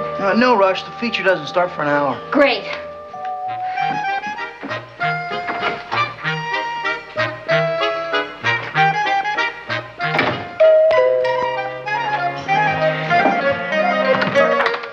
Patty. Remember me? Henry. Oh, did you think I was Patty? Aren't you? Didn't she tell you Who? Tell me what? that she has a cousin, Kathy? No. Oh, well, I'm Kathy, and I'm terribly sorry that I don't know where Patty is, and there's no point to be waiting around. But I've got her history paper all finished. Oh! Oh, well, you wait right there. I just remembered where Patty is. Who was that? Somebody for Kathy. Oh, where is she? At the library. Rich, I just got this terrible headache from not eating and doing schoolwork. Would you please make me some hamburgers? Well, why can't we get them when we go out? Because nobody in the world makes hamburgers like you do. That's only when I barbecue. Well, there's some barbecue sauce in the kitchen. Please, Rich. Where are you going? I'll be right back. The meat is in the refrigerator. Hi, Henry. What a surprise. I'm sorry to have kept you waiting, but I was upstairs. Won't you come in? Oh, thank you. That girl with the English accent's your cousin, huh? Yeah, isn't she cute? I thought you were babysitting. Oh, my dad's coming down with a cold, so they decided not to go. Oh, I thought you'd want to look over your term paper. I just finished it. what do you mean finished it? Well, you know, finished roughing it out. Oh. Boy, you do a pretty neat job of roughing it out. Glad you like it. I'll tell you what, Henry, I'll read it over tonight, and we'll talk about it tomorrow. Why don't you look it over now? Then if you want to make any changes, we can do it tonight. Hey, Patty, where's the barbecue sauce? Who's that? That? That guy who's yelling for barbecue sauce. Oh, that. That's Kathy's boyfriend. He's making some hamburgers for them. And she doesn't know where the barbecue sauce is? Well, she only just came over from England. Excuse me. Oh, see if they have an extra. I'm starved. Oh, okay. Hey, look, while I'm gone, why don't you read that over and give me your honest opinion? But I wrote it. Oh, yeah. Okay, well then, why don't you read it over for spelling? Be right back.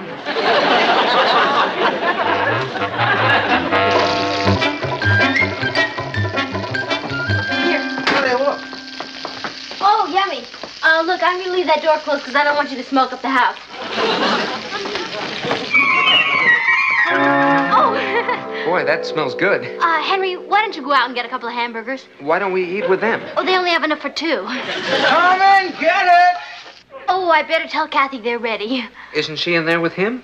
Well, yeah, but she doesn't hear very well. Ever since she flew from England, the altitude, you know. I'll be right back. Here you are, Patty. Sit down and dig in. That's great. What's the matter? Need salt. Well, here. I like the salt in the living room better. Salt? In the living room?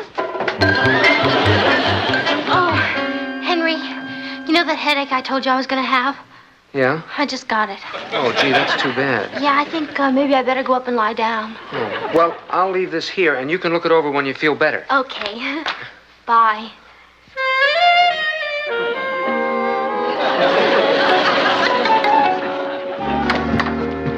Oh, hello. Are there three of you? I beg your pardon. Who are you? I'm Kathy. I thought you were in the kitchen getting a hamburger. Oh, you must have me confused with Patty. I think I've got Patty confused with Patty. I know you. You're Henry, the boy who's been so ill. Huh? Patty told me about you. You've been in and out of so many hospitals. I do hope you're feeling better. I'm okay. Well, that's good. You'll have no trouble at all adjusting to Brooklyn Heights High, especially with Patty helping you. Patty is helping me? She said she made excellent progress with you last night. Oh, she did she?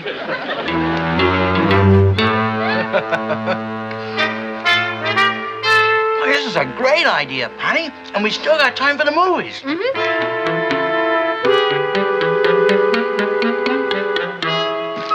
Would you give Patty something for me? Certainly.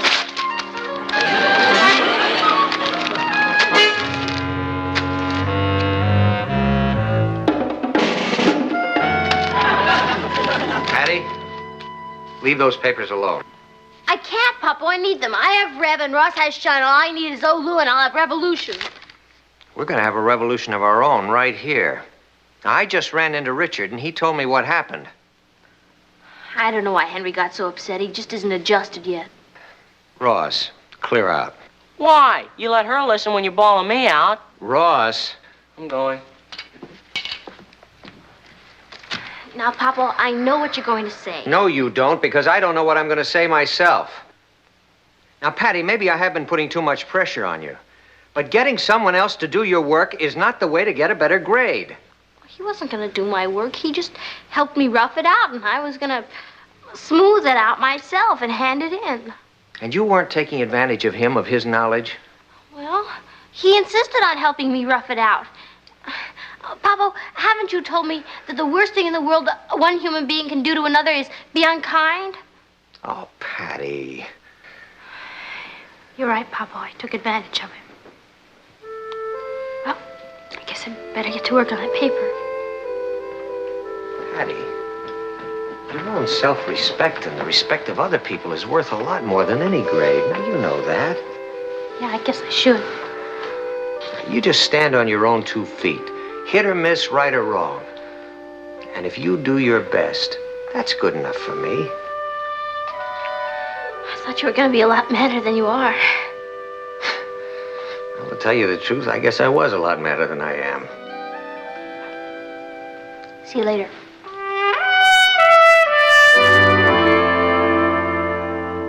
Oh, boy, if only I could remember those 5 main points. Let's see, the first one was, Patty, don't tense up. It will come to you. I just can't think. I'm so nervous. That movie didn't unwind me at all. What movie? You and Richard didn't see a movie.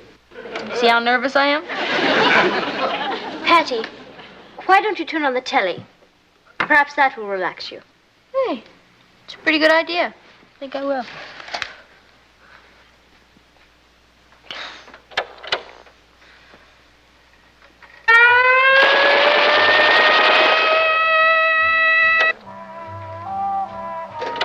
The people have decided, monsieur. You are to be taken to the guillotine. Well, what do you know? Oh, Kathy, would you hand me that pad over there, please?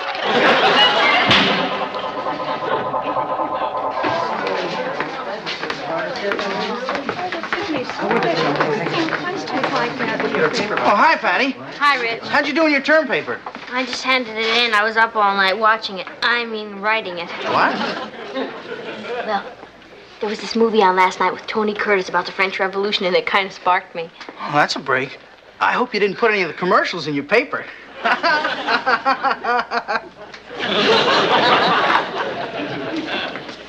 Oh, Patty.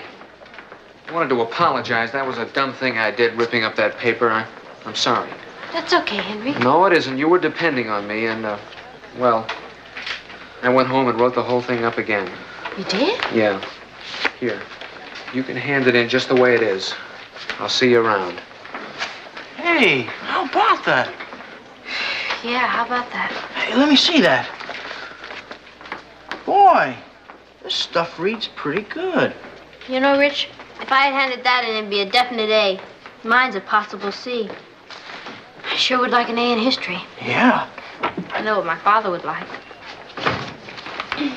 Hi, Mr. McDonald. Hi, Mr. McDonald.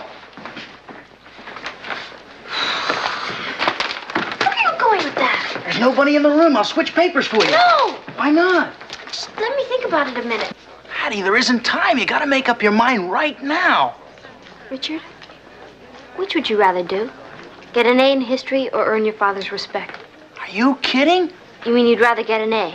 Heck no, Patty. Thanks, Rich. You helped me make up my mind.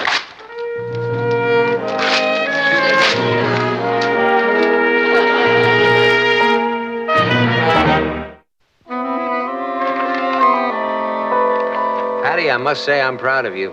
It really shows what you can do if you really try. Listen to what the teacher wrote in the margin. Excellent organization, main points well thought out, very dramatic, unfolds scene by scene. See, it really pays to do your own work. Now, that boy's paper, even though he's an excellent student, probably doesn't have your flair for the dramatic. Yeah, I guess you're right, Papa. What's this other comment the teacher wrote? Where? To my knowledge, Tony Curtis did not participate in the French Revolution.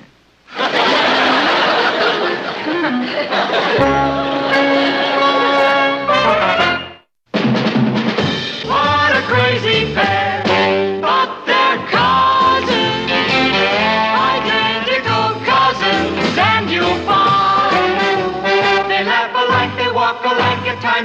even talk alike. You can lose your mind when cousins are two of a kind. Four cuddly creatures with that beautiful hair.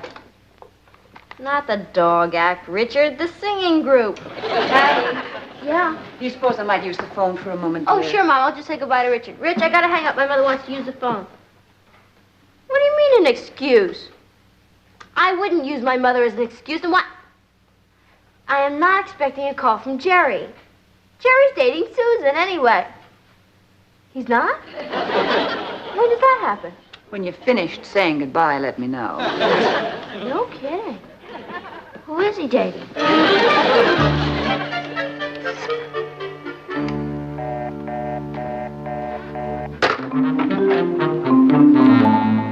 Well, what's it going to be? Football or bridge? I don't know yet, Jim. I still haven't been able to get through to Natalie to find out if the Ralstons are coming tonight. You mean that your phone has actually been busy for over an hour? Yeah. Well, why don't you give it one more try before I have to give these tickets to somebody else? Well, I doubt if I'll get through. That's no attitude, Martin. Use a little positive thinking. Okay, I'm positive I won't get through, but I'll try anyway. Okay, Rich. Bye. Mom, I hung up. I can't believe it. You're not really off the phone. I wasn't on the phone that much today. Hello? Oh, hi, Joni. Joni, I can't talk to you now. My mother wants to use the phone. Hey, well, what did I tell you about Jerry not dating Susan anymore? I guess it's no use. Struck out again, huh? Well, now I know why it's so quiet when I get home. Everybody's exhausted from a full day on the phone. You know, I used to have that same problem with my family. Then one day I attached something to the phone, and nobody went near it since. A lock? A matched set of snarling police dogs. That's funny. Well, I guess I better be going. Gee, I'm sorry about you not coming to the game. Oh, don't feel sorry for me. I got a lot of sports at home. I mean, after all, I've got a house full of star athletes. You do? Sure, every one of them's an Olympic freestyle talking champion. Honestly, Ellen, you wouldn't believe the dress Linda had on. She looked like a kangaroo. Patty, Yeah, Mom? do you realize how long I've been trying to call your father to tell him the Ralstons are not coming? Well, you should have said something. I did, several times. Oh, look, I have to hang up now, Ellen, so I can't tell you about Linda's dress, but I mean, are you ready for polka dot Tricia. sleeves? Bye, Ellen. Well, Mom, I'm sorry, but you know my girlfriends, when they get on a talking jack, you just can't shut them up.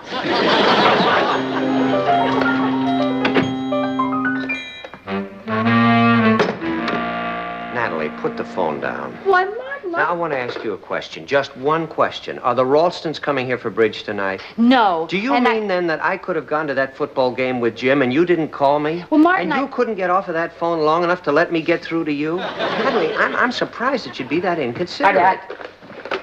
Hold it, Mouse. Now, wait a minute. You had the phone all day. I have not. That's what you always say, so this time I kept count. Debbie, Richard, Joan, Sal, Richard, Michelle, Jane, Marge. Kathy!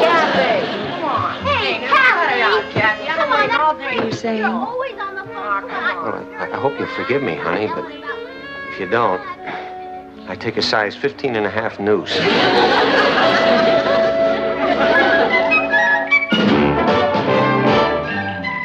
Meet Kathy, who lived most everywhere, from Zanzibar to Berkeley Square. But Patty's only seen the sights a girl can see from Brooklyn Heights. What a crazy pair!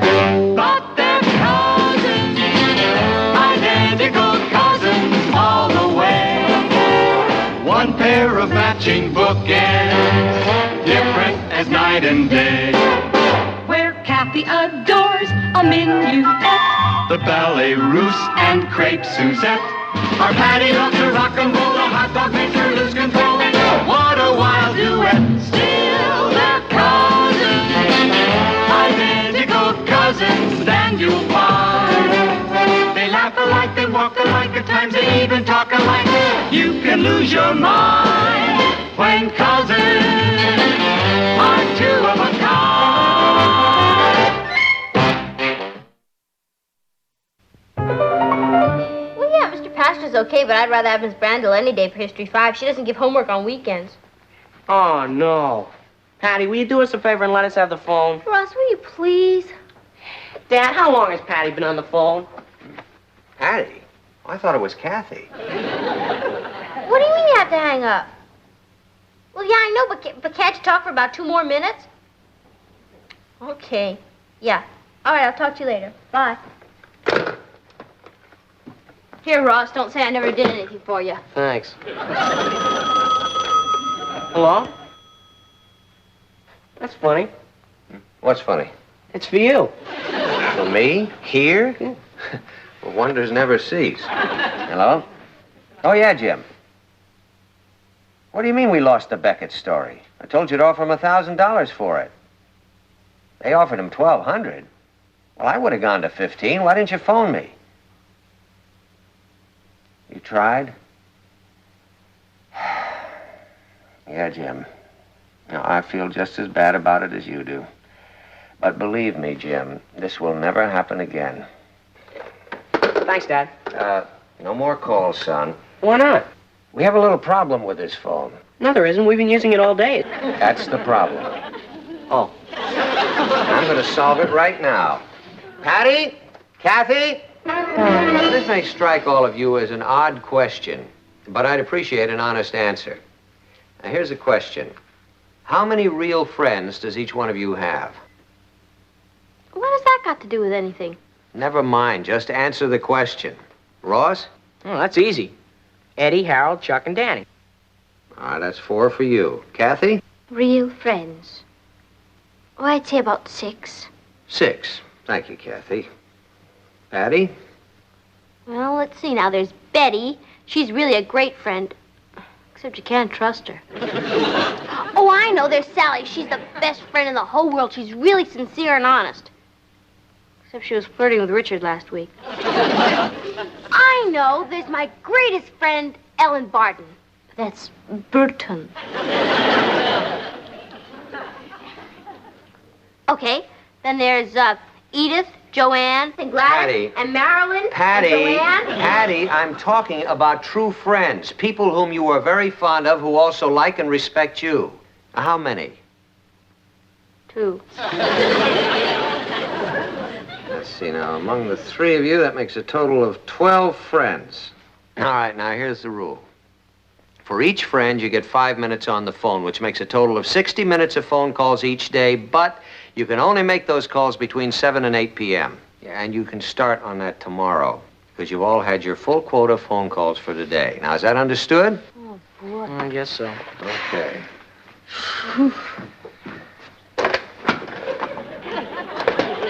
Patty, what are you doing? Didn't you hear what I just said? Sure I did, Papa. I'm just calling my friends to tell them I can't call them anymore. Well, that happened to me, too. Boy, it's really...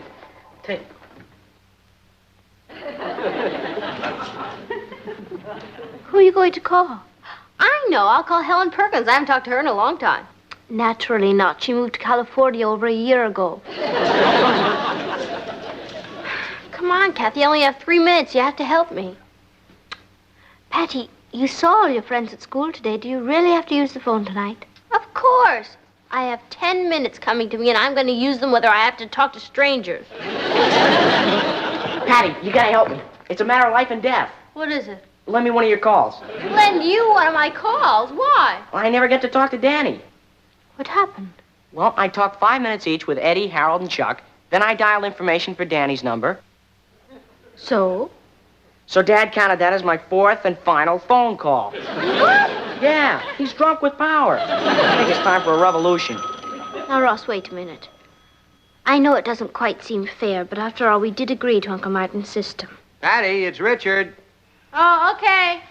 Kathy's right, Ross. This is a democracy, and we have to learn to abide by the rules. Otherwise, everybody'd be running around like a bunch of animals. Thanks, Papa.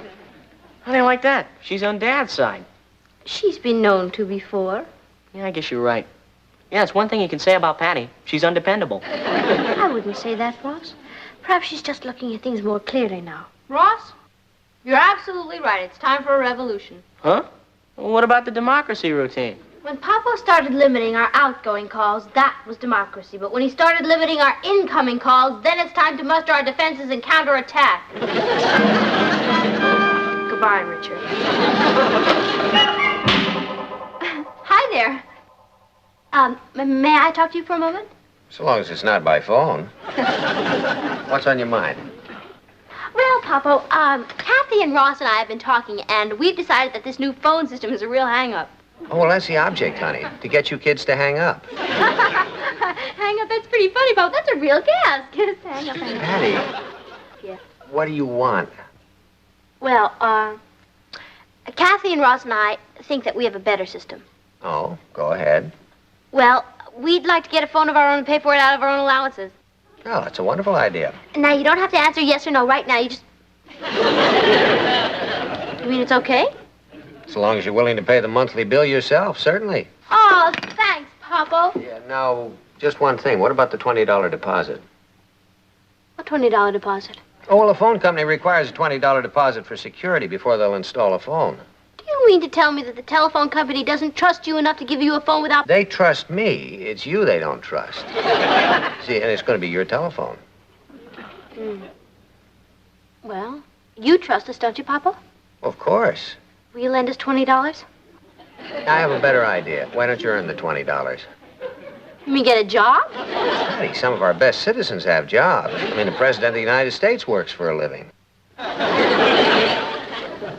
Okay, Papa. First thing tomorrow morning, I'll get a job. And work for a living.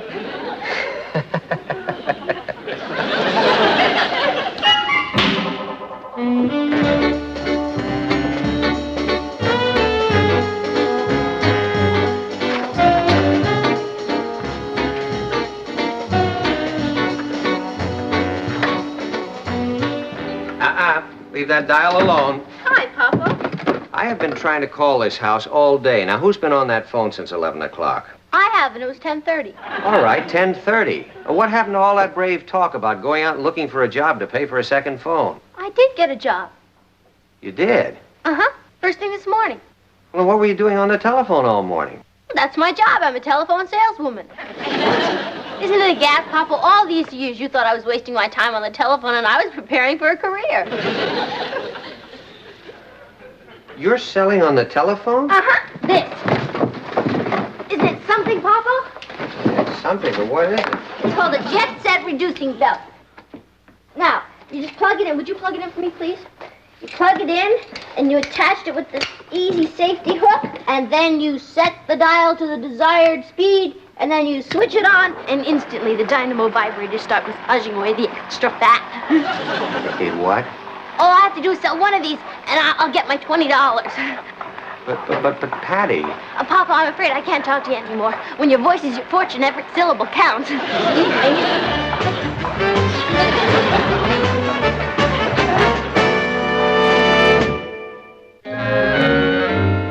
Hi, dear.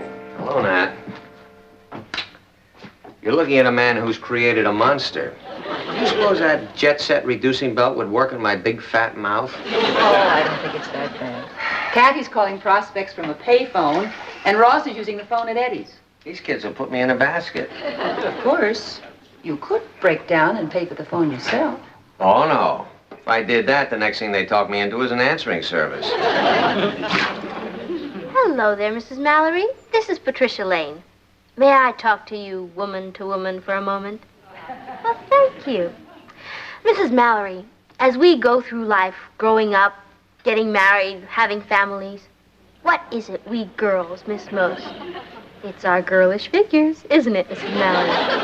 Well, my company has found a surefire way to bring back our girlish figures. It's called the Easy Way Jet Set Reducing Belt. You just tie... What, Mrs. Mallory? Oh, I see. You're underway. Well, that's too bad, Mrs. Mallory. You're missing a marvelous bargain.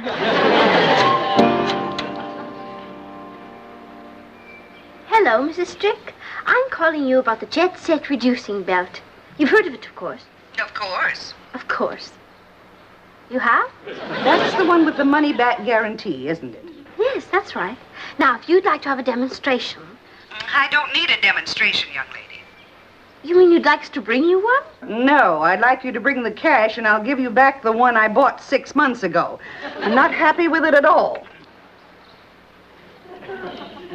In the first place, it tickles too much. And in the second place, I haven't lost a single pound. May I speak to Mrs. Spring, please? She's not home, mister. Oh. Well, is there anybody there but you? Yes? Is it somebody who's overweight? Oh, yes. He's very heavy. May I speak to him, please? Just a minute. Hey, Eddie, I got a live one. You can speak to him now, mister.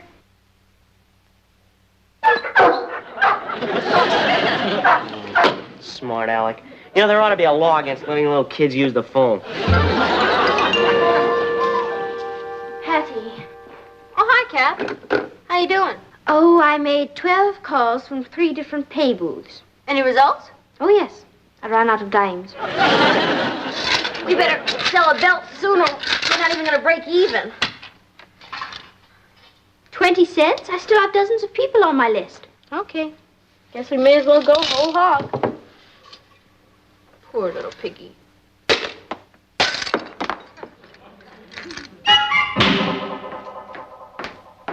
Hi, Mom. Hi, honey. What are you doing? Making canopies for the bridge party tonight. Oh. How's it going?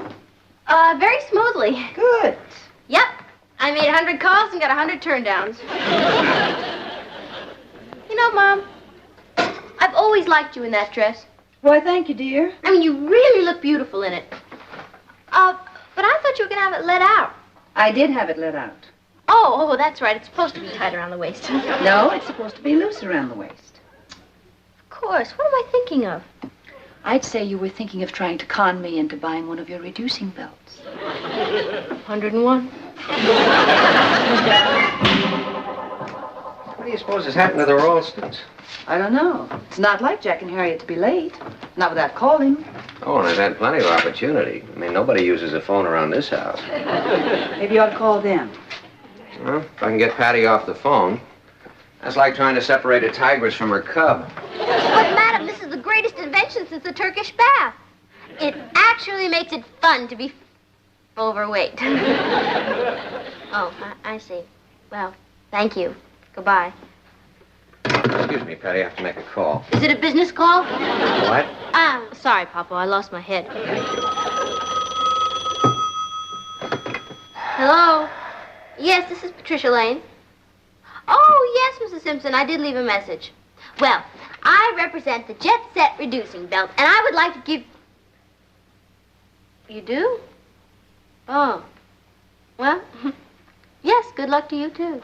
Goodbye. How do you like that? She sells reducing belts, too. Small world. Well, everybody's selling reducing belts. It'll be a small, skinny world. Only I could meet some nice, overweight lady face to face. Hello, Marty. Hi, Jack. Sorry we're late, but you know how long it takes women to dress. Especially me.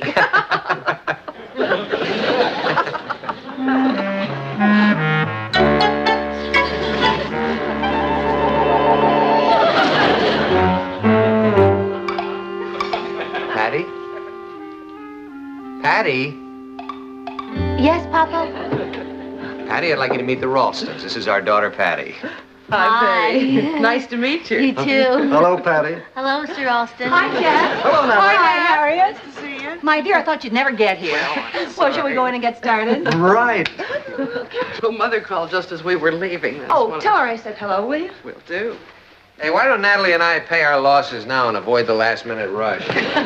Tired of getting your lumps, huh? Well, let's just say if you beat us again, you can take us home and put us on the mantelpiece. Harriet? Oh, they all look so good. Harriet? Yes, dear. None for me, Natalie. Oh, come on, Harriet. You can eat just one of these. Natalie, that's my problem. I can never eat one of anything. I don't know. Some people can eat and stay thin. I wish I knew the secret. Eddie, this jet set will melt the weight off you just like that. I don't want to lose any weight. I want to be a professional football player when I grow up. Jockeys make more money. A diamond. One heart. Spade. I bid, Patty, what is that you're eating? Oh, club sandwich. Oh, boy, does that look good. Come on, Harriet, it's your bid. Oh, well, I bid 2 club sandwiches. Oh, I'm sorry. gloves. Just where my mind is. Feel like a rocket on the launching pad. Okay. 5, 4, 3, 2, 1. Blast off! I'm in orbit. Okay, then. Let's shoot for the moon. Oh, okay, slow it up.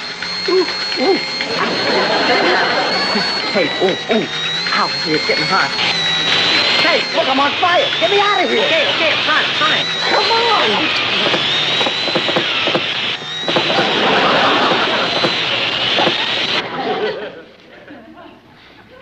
What happened? Oh, let's get the same problem you do. A screw loose.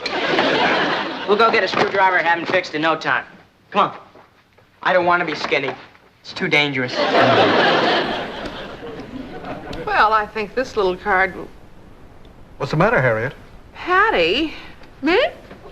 Certainly can put it away. Well, I have to have something to tide me over between dinner and my cookies and milk before bed. Well, how do you keep that figure? Well... I'd give $1 million to know your secret.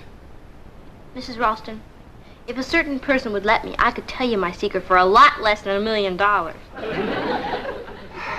Oh, thanks, Papa. Don't go away. I'll be right back.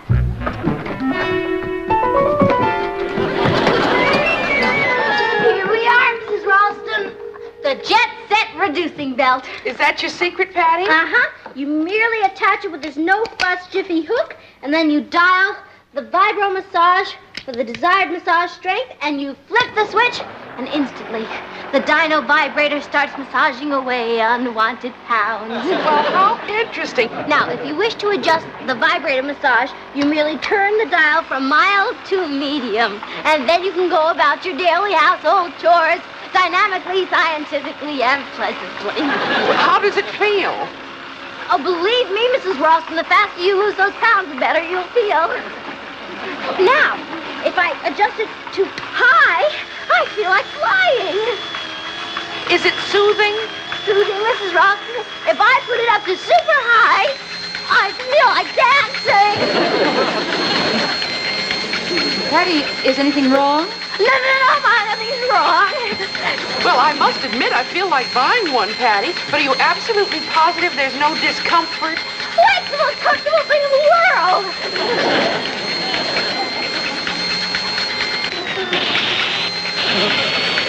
Do you smell smoke? Yeah. I smell it, too. It's coming from the bell. No, don't panic. That's just the fat burning up. Hey, Patty, that thing needs fixing. Well, applaud. Martin, do something. Patty, are you all right? Get that thing off you. Patty, now I know how desperate you are to make a sale, but you can use my phone anytime you want if you'll just promise never to put this thing on again. Okay. Besides, I really don't need the phone anyway. We can use this thing to send up smoke signals.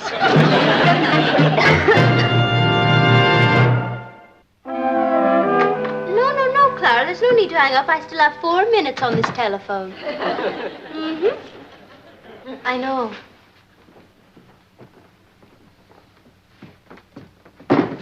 Hi. Hi. Looks like a lineup at the box office, doesn't it?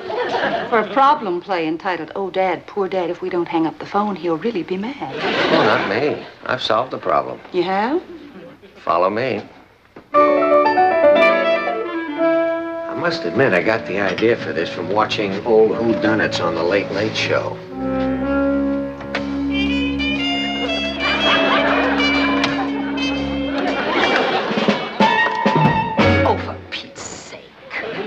For Martin's sake. That's my own private phone for my own personal use. Nobody knows about it. It's only been in the house since this morning. And believe me... Excuse me. Hello? Hi, Rich. Yeah, I know the other phone is busy. Well, you know Ross and Kathy, when they start jabbering. Do you know who they got? Some lady in Colorado. Well, each had 15 minutes. Hello?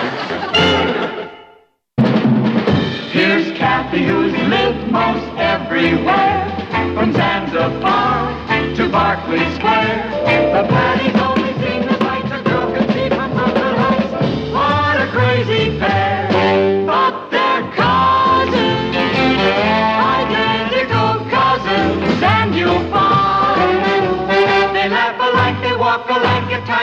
even talk alike. You can lose your mind when cousins are two. Let's see, I've got a wool sweater in case it's chilly, a summer suit in case it's warm. The umbrella's in the car in case it rains. Oh, Martin, I'm worried. Why? You're prepared for anything short of a monsoon. No, I mean about the kids. All right, we won't go. I'll call that hotel and tell them to tell the 300 out-of-town newspapermen that I'm not going to make the speech. Martin, will you be serious? I mean, do you think that we can really go off and leave Patty to supervise Ross? Do you think that we can leave him to supervise her? Well, I just don't know if she can handle him. Well, she'll have to learn. It's an old family tradition. After all, nobody thought you'd learn to handle me. Come on. Well, all ready to leave? Yeah, I hope so, Kath. Where's Ross? I haven't said goodbye to him. Well, let me see. He was here a minute ago. Oh, I know. I saw him riding on his skateboard. Hi, all set to hit the road?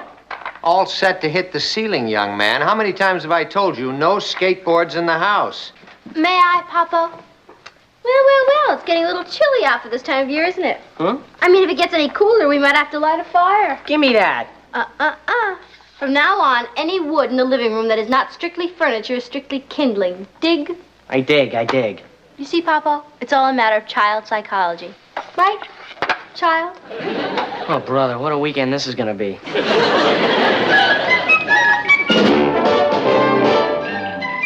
Meet Kathy, who lived most everywhere, from Zanzibar to Berkeley Square. But Patty's only seen the sights a girl can see from Brooklyn Heights. What a crazy pair! But they're cousins, identical cousins all the way.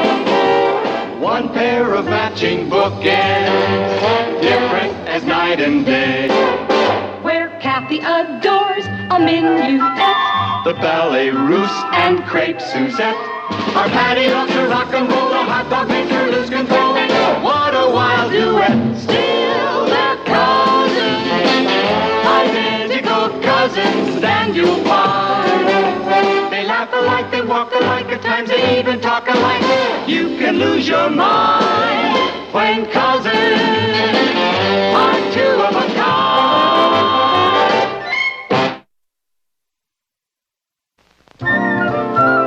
Don't forget to put the empties out for the milkman and leave the money for the newspaper boy in the letterbox. We will, Aunt Natalie. Have a nice trip.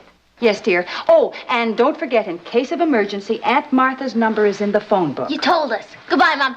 Have Goodbye, a ball. darling. Slow him down with that speech, Papa. I'll do my best, honey. Oh, and we're going to be at the Cumberland Hotel. Now, do you He want wrote to it write down 4 times. All right, sweetheart. Okay, now don't worry. There's not a thing to worry about. Yeah, the warden will take good care of us. Now, that'll be just enough out of you, young man. You just keep busy and stay out of trouble. Which reminds me, that mess you made in the basement last week, I want you to quit stalling and get that cleaned up before we get back here tomorrow. Just put it out of your mind, Papa. He'll do it. Oh, and one other thing, Natalie, darling. I forgot. please. Oh, all right. Goodbye. Bye. Have a nice You night. take care of yourself Drive now. carefully. Yeah, See ya. See, I told you Patty could handle Ross. She'll have him eating out of her hand. You mean out of her fist, don't you? She seemed awfully rough on him. Yes, dear. Come on, let's get in the car. I'm sure Patty will handle him with kid gloves. What are these for? Time to go underground, little mole. Huh? The mess in the basement you're supposed to clean up, remember? What's the rush? I've got all weekend. Now, you're not going to stall me like you do Mom and Papa. Get moving. Will you get off my back? Ross, I hate to pull rank, but if that job isn't done by this afternoon, there will be no dinner for you tonight. You mean you'd let me starve? Ross, I just have to put my foot down. But why on my neck? Look, Ross, if you expect me to slave over a hot stove all day, the least you can do is stop stalling and get to work. But I'm not stalling. I've got an appointment. To do what? To play chess with a guy. So if you'll excuse me. Wait a minute. I mean, you invited somebody over here without telling me in advance? Why? So you could put him on the work squad, too? Ross, you're pressing me. You really are. Okay, we'll let the basement go. For now. But one thing I'm going to insist on is that you clean up your room before you start playing. Are you kidding? And let Billy think I'm the maid around here? Hi, I got the chessboard all set up. Great, let's go. Yeah. Ross! Remember what I said about cleaning up your room? Ross, did you hear me? Ross!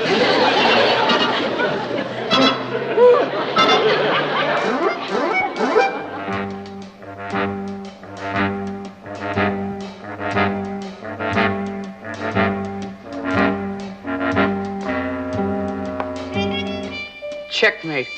Boy, are you ever off your game? Who can concentrate? It's like living in Stalag 17 around here. Oh, Penhut, here comes the sergeant. Very funny. Bed not made. Shelves not in order. Room not dusted. Ross, what did I tell you about straightening up your room? I'll do it. Can't you see I'm busy right now? I'm warning you, I'll be back in 5 minutes, and I'd better see some progress. Excuse me. Regular dictator. Today she rules the house, tomorrow the world. There'll only be 2 places for lunch, Kathy. Really, Patty, don't you think you're carrying this thing a little too far? If you'd been a sister as long as I have, you'd know the only way to a lazy brother is through his stomach. Well, it's D-Day H hour. Oh, it's no use. I just can't concentrate. Maybe I should give in and tidy up the room just a little. And let your sister think she's got the upper hand? Well, what else can I do? You gotta use a little muscle. Like what? Like the next time she pulls any of that jazz, well, do what I do. Run away. Thanks a lot. I like it here. Well, I don't mean really run away. You just tell her you're gonna run away. It's all a snow job. You don't know Patty. She doesn't bluff that easy. She will if she's anything like my sister. You tell her you're cutting out, and she'll get so spooked, she'll be eating out of your hand for the rest of the weekend. It's your move. Okay, I hate to do this in front of you, Billy, but I'm sorry. Hey! There will be no more games until this room is completely straightened up. Oh, yeah? Well, I'll tell you, Patty, if you don't lay off, I'm gonna run away. Oh, really? Where? I don't know, but if you don't get off my back, I'm gonna go someplace. Oh, well, suit yourself. Oh, well, and to prove there's no hard feelings, I'll make you a nice lunch. You and your big ideas. Now what do I do? You can't give in now. You gotta get through with it. Besides, she's just bluffing. You'll see. He's just bluffing. You'll see. Can I have the liverwurst, please? Patty, don't you think you're pushing Ross a little too hard? Kathy, one of the first things you'll have to learn about bringing up children is that when they threaten you, you have to call their bluff. Well, what if he is serious? What if he does run away? He'll come back. How do you know? He hates liverwurst.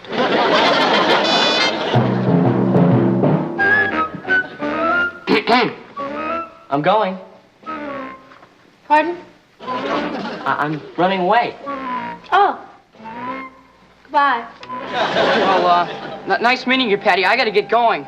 Oh, yes, nice meeting you too, Billy. Look, why don't you come back in a few days? Maybe I can give you Ross's new address.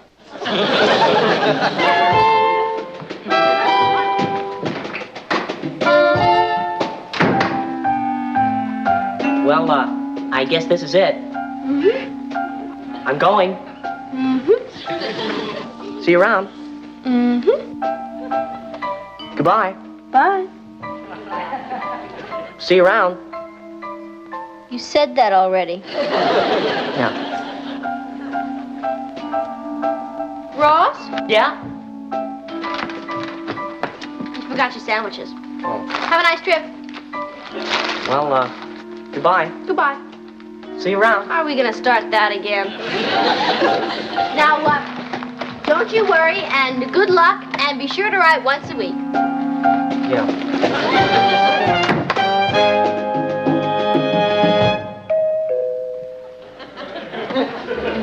Oh, hi. Hey, I forgot a few things. Oh.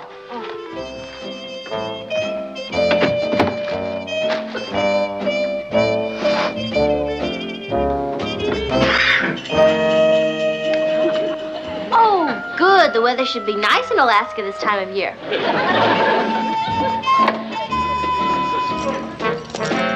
Oh, I'm so glad you're taking those. You might want to arrest a polar bear. This time I'm really going.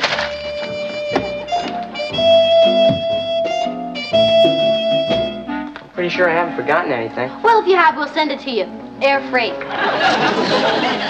Happy skiing.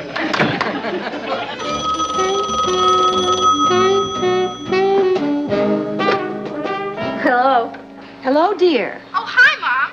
You in Atlantic City already? Well, not quite, but we just thought we'd stop off and call. We thought. What I called about, dear, is if Mrs. Ellis phones, be sure to tell her that we'll be home by tomorrow evening. You told her that yourself yesterday. I did? Yeah. Oh, that's right. Well, anyway, as long as I have you on the phone, how is everything there? Oh, just fine, Mom. Ross isn't giving you any trouble, is he? Oh, no. Handling him is like child's play. What'd you have for lunch? Natalie, this is a toll call. But my 3 minutes aren't up. Let me say hello to Ross before I hang up. Ross? Yes, your brother. Oh, Ross. Yeah, I'll get him. I hope. Ross! Oh. I knew it. You want me to come back? I don't care what you do, but Mama's on the phone, so get on the phone and tell her you're fine. Hey, you know what Patty did? She packed me a lunch and then... What he meant, Mom, was I made him some delicious sandwiches for lunch. She threw me out of the house! What did Ross say? Patty, you're not being too hard on him, are you? Oh, no, Mom. I'm treating him just as you would. Don't believe her! Well, goodbye, dear. And don't forget Natalie. to keep up the good work. Yeah, Mom, I will. Goodbye. Don't hang up, Mom! Ross, sit down. What for? I think we should have a little talk. Oh, boy. Someday you're gonna make somebody a terrible mother. You're so immature. You know I wouldn't let you run away. Why not? You've always wanted my bedroom. That's beside the point. How do you think Mom and Pop would feel if you told them that I let you run away? I don't know. Why don't we ask them? Let's see. It's the Cumberland Hotel. They're not there yet, and they won't be there for hours. Okay, I'll call after 6. The rates are cheaper, and I can complain twice as long. You wouldn't dare. Oh, yes, I would. Ross, that's not fair. Couldn't we work this out together? You mean you'd do anything just so they wouldn't find out? Well, of course. They're depending on me. Okay, well, I'm a reasonable man. You treat me right, and they'll never have to know anything. You can start by hanging up all my junk. My snowshoe, my coat. Oh, yes, my handcuffs. And then also, I can unpack my bag and clean up my room. You know, this might turn out to be a pretty nice weekend after all.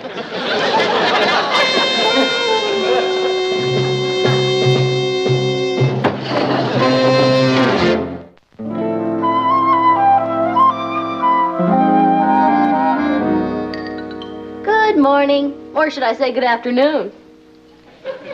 Please knock. Well, here you are. Breakfast in bed, just as you ordered. Let's see now. Toast, honey, jam. You forgot the peanut butter. Oh, I am sorry. I'll go get it. Hold it. What's this? Scrambled eggs. I hate scrambled eggs. But, No buts. Fry 'em. Ross, I am not going to Yeah? take longer than a minute to fry your eggs. And I'd like chocolate milk, not plain. Yes, dear. Will there be anything else? I'll let you know. That does it. Get your own breakfast. Okay, I will. Down at the bus station. Oh, now, wait a minute, Ross. I was only kidding. I'll have your fried eggs in a minute, and your chocolate milk and peanut butter. Just can't find decent help these days. I'm telling you, Kathy, I don't know how I'm going to get through the day with that little ankle biter ordering me around. I don't think it's safe for me to go over to Laurie's and study. Are you sure you don't want me around for protection? I'm sure. There's no point in two of us living under the whip. Hey, let's get with those eggs. Let's have a little service around here. Why are you letting him blackmail you? Because I don't want to let the folks down. And you're afraid he'll run away again. That's right. And this time he'd stay just to spite me, the little fink. I'm sorry, Patty. It's ruining your whole weekend being chained to Ross like this. Yeah, it's one big drag. Hey, Kathy, that's it. Well, goodbye. Have a good time and tell Laurie I said hi.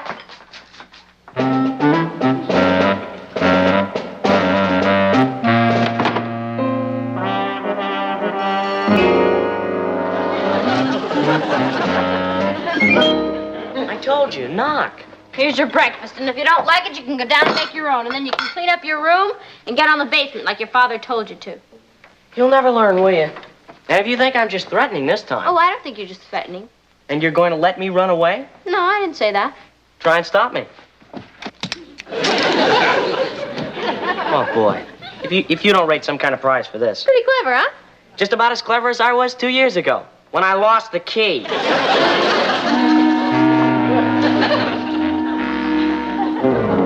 Hello, is this the Eagle Locksmith? Oh, good. I wonder if you could make a house call. You see, I'm stuck... yeah, I know it's Sunday, but this is an emergency. Well, it's 0 for 5. Look, if you're gonna turn, would you at least make a hand signal or something? Sorry. There's gotta be some way out of this thing. Hey, do we have a Hackney saw? That's hacksaw. No, we don't. Well, let's go buy one. Ow! Stores are closed. Then let's go borrow one from the Marlows. Will you take it easy? Brothers and sisters should be close, but this is ridiculous.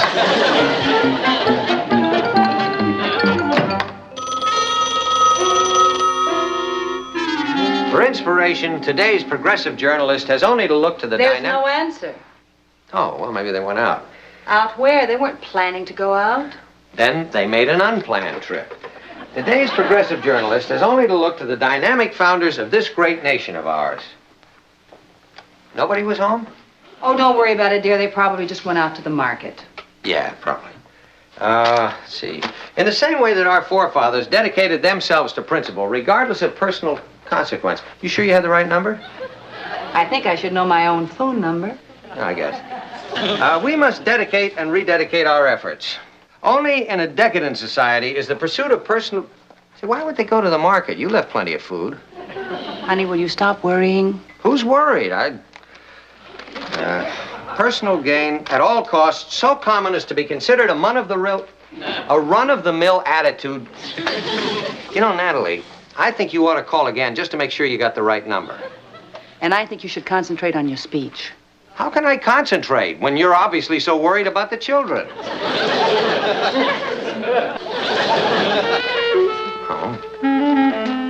Fine time the Marlows picked to go to the mountains. We gotta find a hacksaw. How about Sing Sing Prison? Look, Russ, I got enough trouble with your wrist. I don't need any of your lip. Where are you going? Get a glass of water. Oh. You mind using the other hand? I'm not thirsty. Oh. Hello? Hello, dear. How are you? Oh, just fine, Mom, just fine. We're not fine. We're locked up. What's that? Nothing, Mom. What'd you say? Where were you? We called and there wasn't any answer. Oh, we were out. Yeah, looking for a saw. You were out looking for a saw? No, what he meant was we were out and we were looking and we finally saw what we were looking for. She's not telling the truth. What did Ross say? Nothing, Mom. You know what a put on he is. How'd the speech go? Oh, your father was a big hit. Here, I'll let you talk to him. Thanks. Hi, honey. How are you? How's everything going? Just fine, Papa. Ross isn't getting out of hand, is he? Oh, no. That's one thing he's not doing. Yeah, can I talk to him for a moment? Well, he's kind of tied up right now. Oh, has he done anything about that basement? Well, not really. Well, you tell him that if that isn't finished by the time we get home tonight, it's going to cost him a month's allowance. Oh, okay, I'll tell him. Bye, Papa. Bye. Tell me what? That if you don't get that basement cleaned up by the time they get home, it's going to cost you a month's allowance. Not when I tell them why I couldn't do it. Boss, that's a lie. It is not. Just a gross exaggeration. I beg you to do it all day yesterday. You have no right to blame it on me. Do you see anybody else I can blame it on? Okay. Rather than have you lie about it, we'll both clean up the basement. Come on.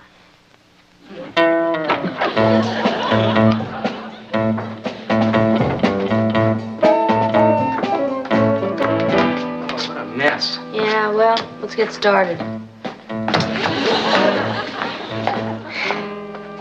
Let's use our heads, huh? Yeah. Come on.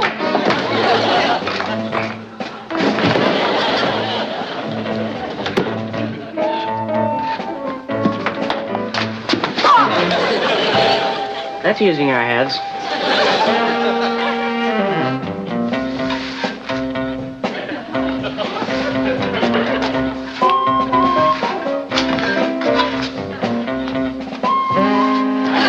We're not getting in any place like this. You think you can sweep better? Here, try. Sorry.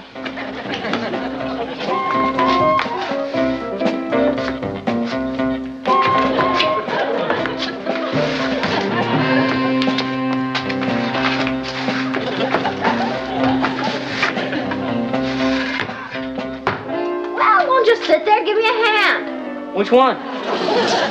Take the shovel out of your left hand. Yeah. Put it in your right hand. Very good.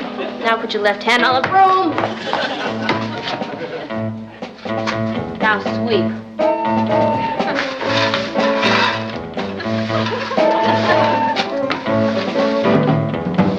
There, that's enough. See, Ross? It's all up here. No comment. Ross, just remember, this is your job. I'm only cooperating. Really? Could have fooled me. We've got to get out of these ridiculous handcuffs. Hey, wait a minute. I think I got an idea. My chemistry set. It's got to be in here someplace. Are you out of your tree? What do you want to play with your chemistry set now for? You don't understand. I've got sulfuric acid in that set. So what? It'll get us out of these handcuffs. It will? How? Well, you see, sulfuric acid is very powerful. It'll eat right through the metal. No kidding. Yeah, that stuff will eat through anything. Including people. Oh, sorry about that. There we go. Keep moving. Keep moving. You get back there. Okay. There. Well, you can't say I didn't help you. Don't think it makes any difference. I'm still going to tell them how you tried to make me run away. Oh. Boy, wait till they hear what...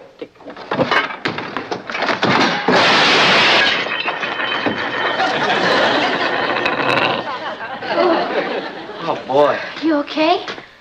By the time I get through paying for that, I'll have to file bankruptcy. It's not really your fault, Ross. I should have warned you that the thing wasn't steady.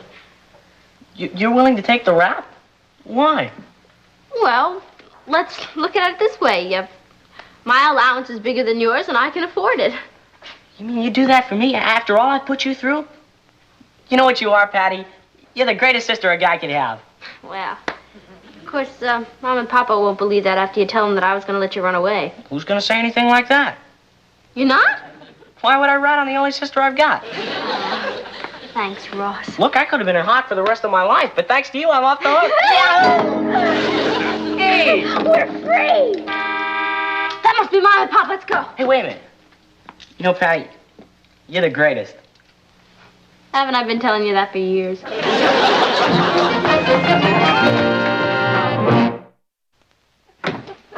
How many people were there? Oh, thousands. Literally thousands. Literally 300. Wow. So your speech was a gas, huh? Lots of applause? Well, I guess you might say I got a sitting ovation. I'm glad to see you two got along well. Oh, yeah. Ross wasn't any trouble at all. You see, I told you there was nothing to worry about. No? Yeah, you might say this weekend brought us a lot closer together, huh, Ross? Ross? No.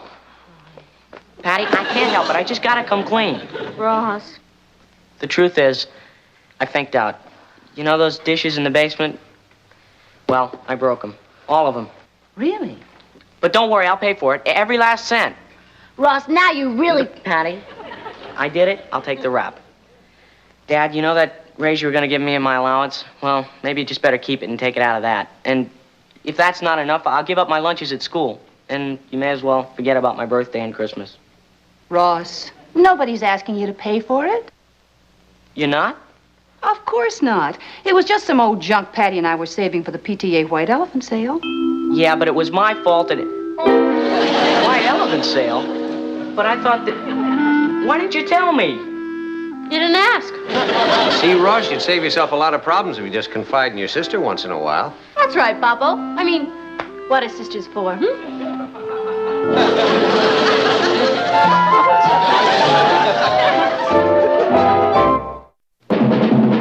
Here's Kathy, who's lived most everywhere, from Zanzibar to Berkeley Square.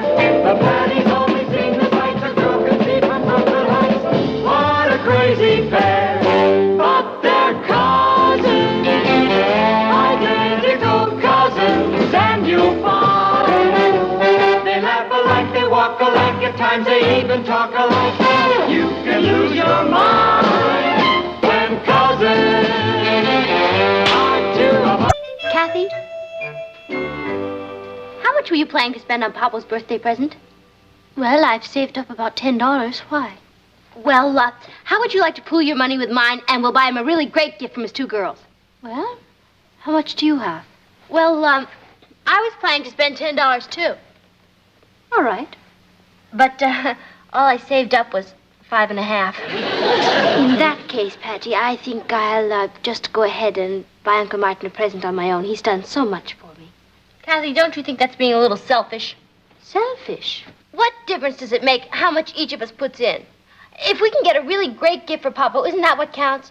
If I had $100 and you only had a quarter, I'd go in with you. Hey, Patty, I'll go in with you. Yeah? How much do you have? $1.25.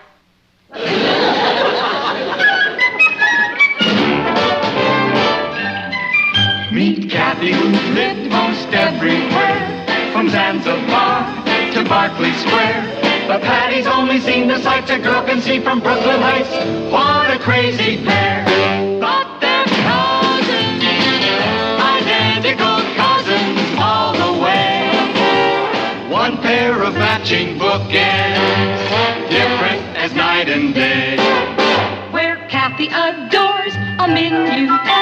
The ballet russe and crepe Suzette. Our Patty loves her rock and roll, the hot dog makes her lose control. What a wild duet. Still they're cousins, identical cousins, and you'll find they laugh alike, they walk alike, at times they even talk alike. You can lose your mind when cousins are two of a kind.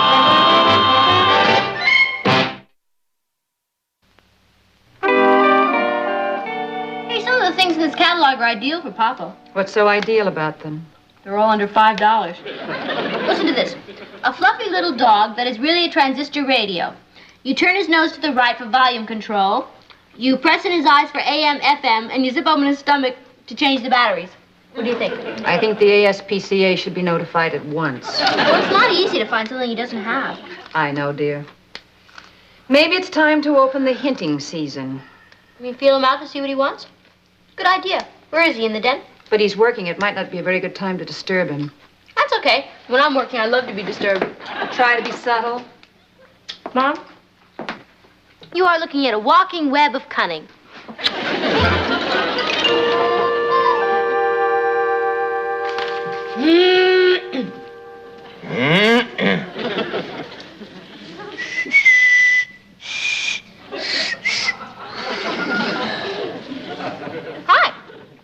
Hi. You working? Not anymore. Papa, do you know Doris Hartley's Uncle Frank? I don't even know Doris Hartley. Oh, well, it's not important. See, her uncle is having a birthday, and he's one of those men who has everything. So I told her I'd come up with a few suggestions, and I thought I'd get a man's point of view. Okay. What would you think of getting him something for his car? Well, it depends. What? A horn. Well, that could come in very handy. No, this is a special horn. It goes like a bull moose. It's a novelty item for the man who has everything. You mean everything except a female moose? You don't think it would be a kick to have? Well, not in this state, honey. It's against the law. Oh. Okay. How would you like a canasta shuffler? How would I like it? I mean, how would you like it for Doris Hartley's uncle? Well, sounds fine. If he plays canasta. Oh. I think he plays poker. As a matter of fact, I'm sure he does. Okay, here's an idea that's really boss. A foot vibrator.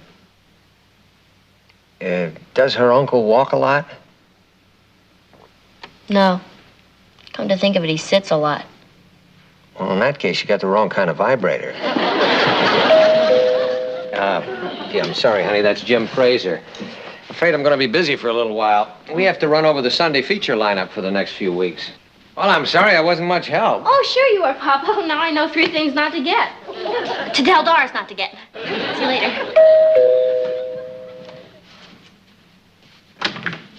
Hi, Jim. Hi, Martin. Come on into the den.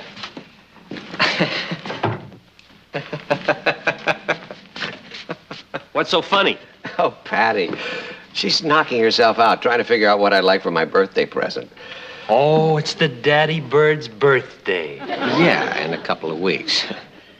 Oh, Patty's really come up with some wild ideas. Like an automobile horn that sounds like a bull moose. Huh? Now, who'd want that? Someone who's looking for a female moose. Yeah, all right. Here's the tentative schedule you asked me to rough out. I hate to see the kids spending their hard-earned money on me. I don't mind about my wife. That's my hard-earned money. Besides, you always get a lot of things you just don't use. Not if you're clever about it. What do you mean? Well, I always make a list, see? Then I leave it laying around somewhere where they'll run into it. Uh-huh. Last year, it took them about 10 minutes to get the idea. Where'd you leave the list? I pasted it to the bathroom mirror. Very clever. Yeah? Well, all I know is I didn't get stuck with a bull moose horn. Shall we get to work? Right. Hey, I think I got it figured out. The schedule? No. How to throw a hint to Patty without being too obvious. Now, let's see. Something nice and cheap. And then I'll just tear it out of the magazine and leave it around where she can find it, see? Now you're getting the idea. Hey, how about this? Why would I want a personal oxygen tank? Well, it says right there it's great for hangovers. Yeah, well, I don't really think I need it, Jim. Besides, it's kind of expensive. Yeah, but if you only used it on the morning after New Year's Eve, it'd be worth it. Now, here's something. Swiss pocket knife. 8 different blades, including knife, fork, spoon, and leather punch. $3.95. Think it's worth it? At 50 cents a blade, it's perfect.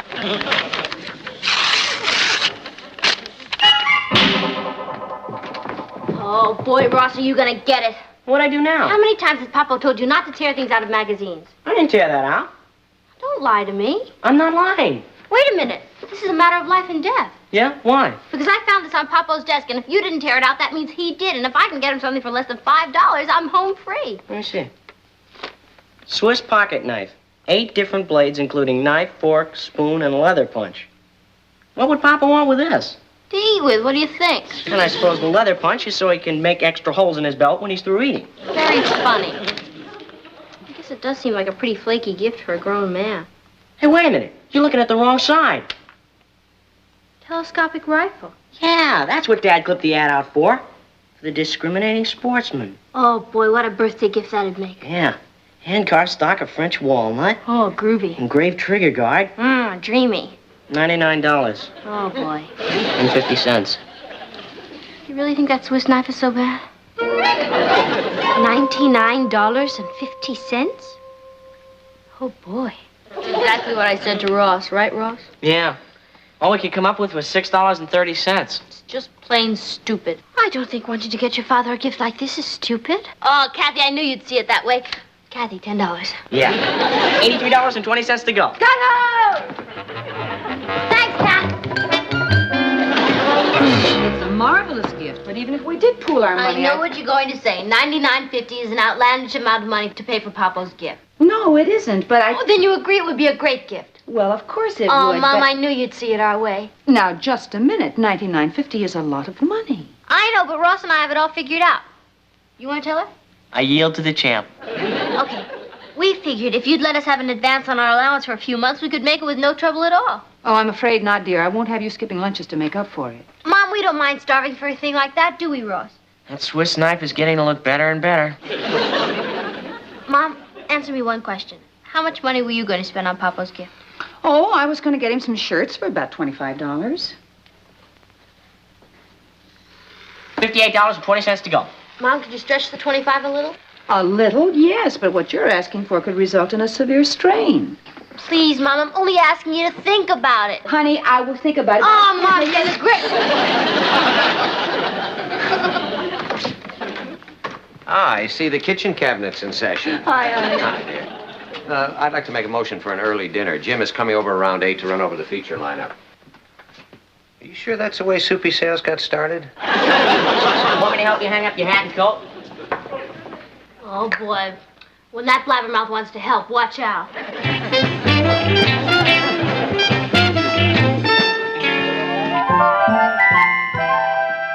Ross, if you say one I didn't word. say what we were going to get him, just that we decided. Oh, what's the use? Now I suppose you're going to try and worm it out of us. Oh, I wouldn't dream of it. Don't you want a little hint? Absolutely not. Well, I'll tell you this. When you open that package, you'll really flip. I will? Yeah, and when you use it, you'll get a real charge. Ross. What did I say? He just means you'll get a bang out of it. Patty. All right, you two, that's enough. You want to spoil the surprise? Dinner in 15 minutes, dear. Oh, good. I'm starved. Well, at least that birthday present will get you out of doors, which won't hurt you one bit. Out of doors?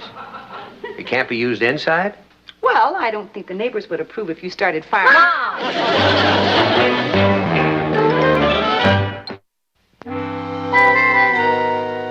Neighbors wouldn't approve. I just don't understand. I thought I laid out that schedule pretty clearly. Oh, no. I mean about the birthday present. The neighbors wouldn't approve. Now, what does that mean? Are you sure they saw the ad for the Swiss knife? Yeah, I'm positive. I left it in here in the den. I found it out there in the living room. The neighbors wouldn't approve. Look, old buddy, do you know that this is the second night we've spent on this layout? Oh, I'm sorry, Jim. Where were we? Oh, we're trying to figure out what to do with an article on college football. Can't be used indoors. What? Nothing. I don't understand why the neighbors wouldn't approve of a telescopic rifle. Uh-oh. They looked at the wrong side. Hand-carved stock of French walnut. What a beauty. Well, $99.50 it ought to be. What a family you got. You know, that's some sweet present. You must be kidding. I wouldn't dream of letting him spend that kind of money on me. Gotta put a stop to this right now. Mom, you promised me buy him the rifle. I said I'd think it over. You see, the trouble is, honey, I don't have enough in the household money, and if I take it out of the joint account, he might ask me about it. Tell him you bought a hat. Patty, we're trying to do something nice for your father, not demoralize him. What about my morale and Kathy's and even Ross? If we don't get him that rifle, we'll all be shattered. I know how I can do it. How? I bought a coat just last week. It still has the tags on it. I'll return it. Oh, Mom, I knew you'd come through. And you know when you'll get your reward? On Papa's birthday, when you see that look on his face.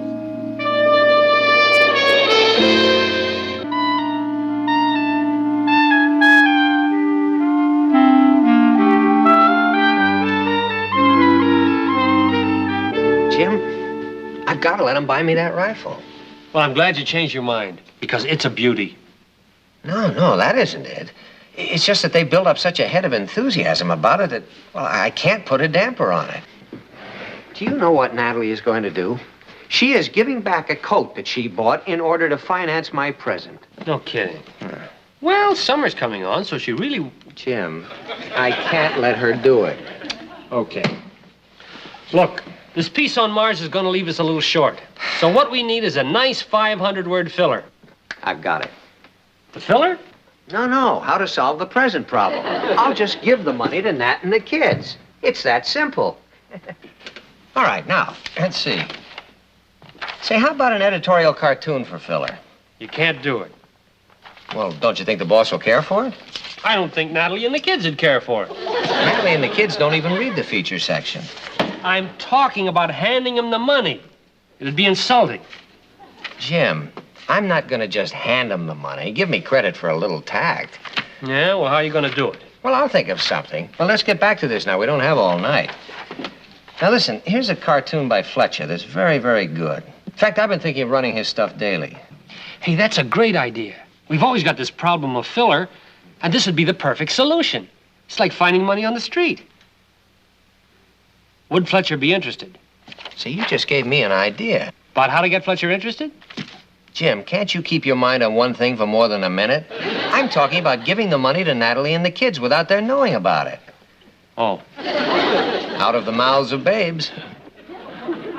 And newspaper men.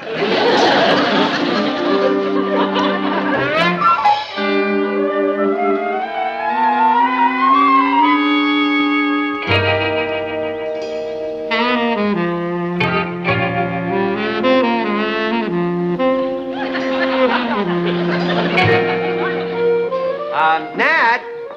Oh, Natalie? She's not home, Papa. Hello, can I do something for you? Yeah, come on out here, honey, just for a minute. Yeah, Papa? We ought to have the gardener trim that juniper. Don't you think it looks a little raggedy? Yeah, I'll have Mom tell him about it. Patty,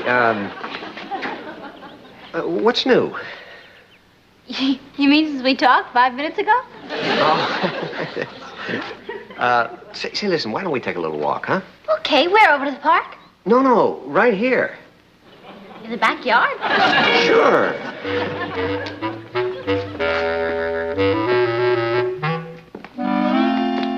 You know, it's very pleasant out here, isn't it?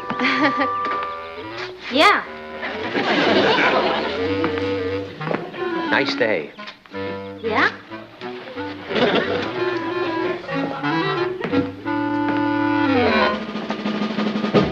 I love a good walk, don't you? Yeah.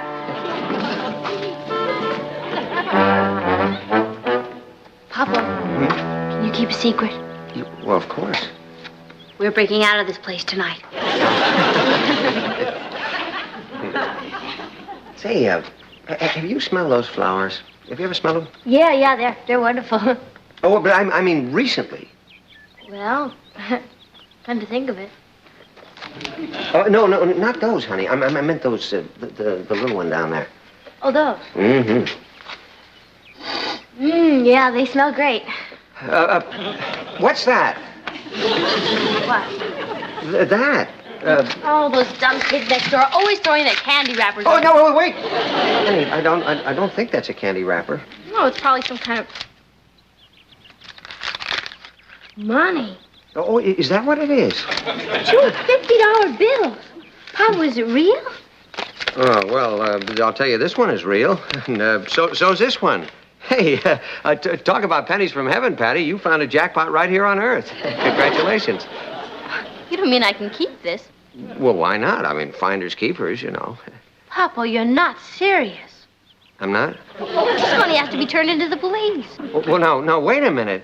Do you remember that editorial you wrote last month? Which one? The one about cheaters who keep lost things instead of turning them into the police. Oh, well, yeah, of course. You're absolutely right, and I'm going to take this to the police station myself right now. No, Patty, don't do that. I mean, I'll turn it in. No, Papa, you're too busy. No, honey. I have to go over to the precinct anyway. I may write another editorial. About cheaters? No, about innocent victims. Yeah.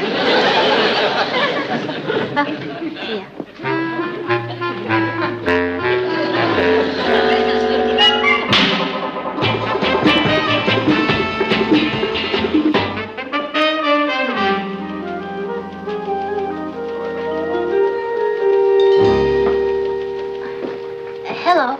I was wondering how long you hold on to lost things before you give them back to the finder. Well, that depends on what it is. Some things we hold for 3 months. 3 months? Yeah, things like bicycles. Oh, well, this isn't a bicycle. This is cash. Oh, that's different. Yeah? Cash we hold 6 months. Well, there goes my mother's coat. What? Well, you see, we were hoping we could use the money to buy my father a birthday gift, but we can't wait 6 months. Well, let's get some of the details. Now, how much was it and who found it? $100, but my father turned it in a couple of days ago. Oh, that's different. Oh. What's his name? Lane, Lane. Martin Lane. Lane. I don't see it here. Oh, well, maybe he turned it in another precinct. Wouldn't matter. This is a citywide lost and found list. Oh. Well, maybe he turned it in anonymously, you know, like in a plain white envelope. In that case, we'd have a record of the $100 having been turned in. Sergeant, my father said he turned in that money, and either your list is wrong Or what? or I refuse to say anything on the grounds that it might incriminate me.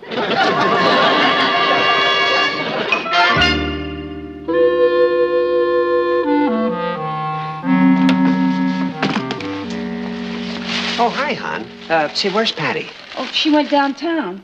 What are you doing home? Well, Are you returning that? Yes, it's just not my color. I thought you were wild about blue. That was last year. Well, I like you in blue. Honey, my mind's made up. Well, you're not going to take it back today. Well, I'm going to play bridge, and the store's right on the way. Nat, say, listen, do you remember that money that Patty found a couple of days ago? Yeah? Well, I just got it back from the police department. Nobody claimed it. Is that right? Yeah, how about that? You really like me in blue. Oh, yeah. That's good enough for me. Since I'm going to the bridge game anyway, I might just as well wear it. Why not?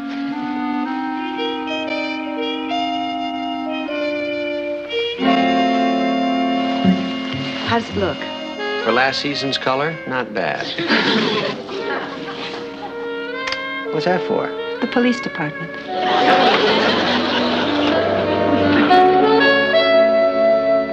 Oh, Mom, am I glad you're home.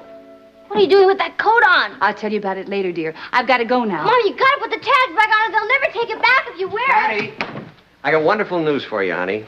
Nobody claimed that money you found. It's yours. Mine? Yep, I just came from the precinct. Well, Patty, aren't you happy about getting the money back? Happy isn't the word for it, Papa. I'm overwhelmed.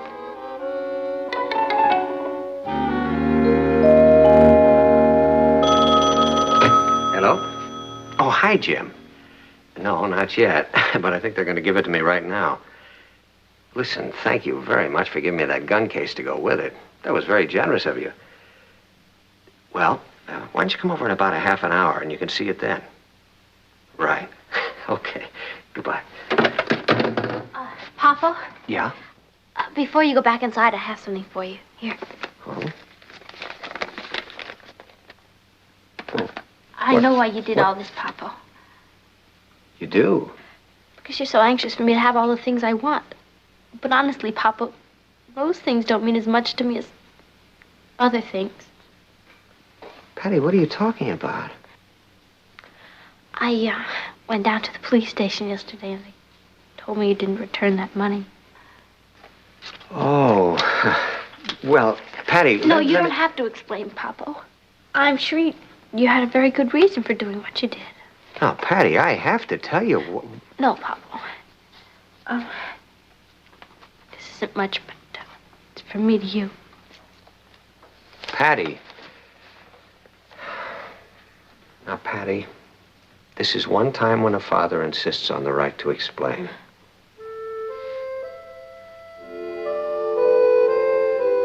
Papa, I'm so embarrassed. I didn't know it was your money. I don't know what to say. There's no need to say anything, honey. You just gave me the best birthday present I could wish for. A knife? Well, that's not what I mean. You gave me the kind of a birthday present that every father longs for. You see, honey, parents knock themselves out trying to raise their kids in a way that they think is right. But nobody has a secret formula. You do the best you can. You try by example, by teaching, by love. And then you just hope.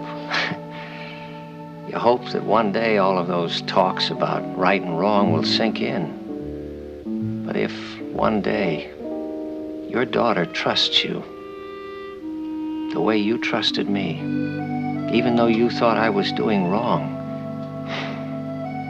you get the greatest gift of all. Thank you, Patty.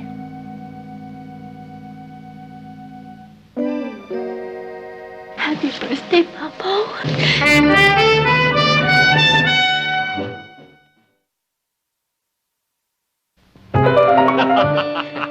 That's pretty funny. Well, what did Patty say when you explained that the money was really yours? Well, I'm not sure, but I think she was a little disappointed. Well, it must be a rude shock to discover that your father wouldn't steal for you. Hey, guess what she gave me? I'm afraid to. You mean? Yeah. Does it really have a knife, fork, spoon, and leather punch? Oh, no, that's the deluxe model. That is a knife, fork, spoon, and a pizza cutter.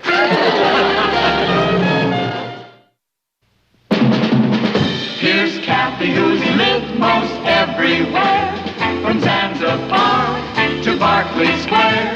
The Patty's only seen the sights a girl can see from Brooklyn Heights. What a crazy pair, but they're cousins, identical cousins, and you'll find they laugh alike, they walk alike, at times they even talk alike. You can lose your mind.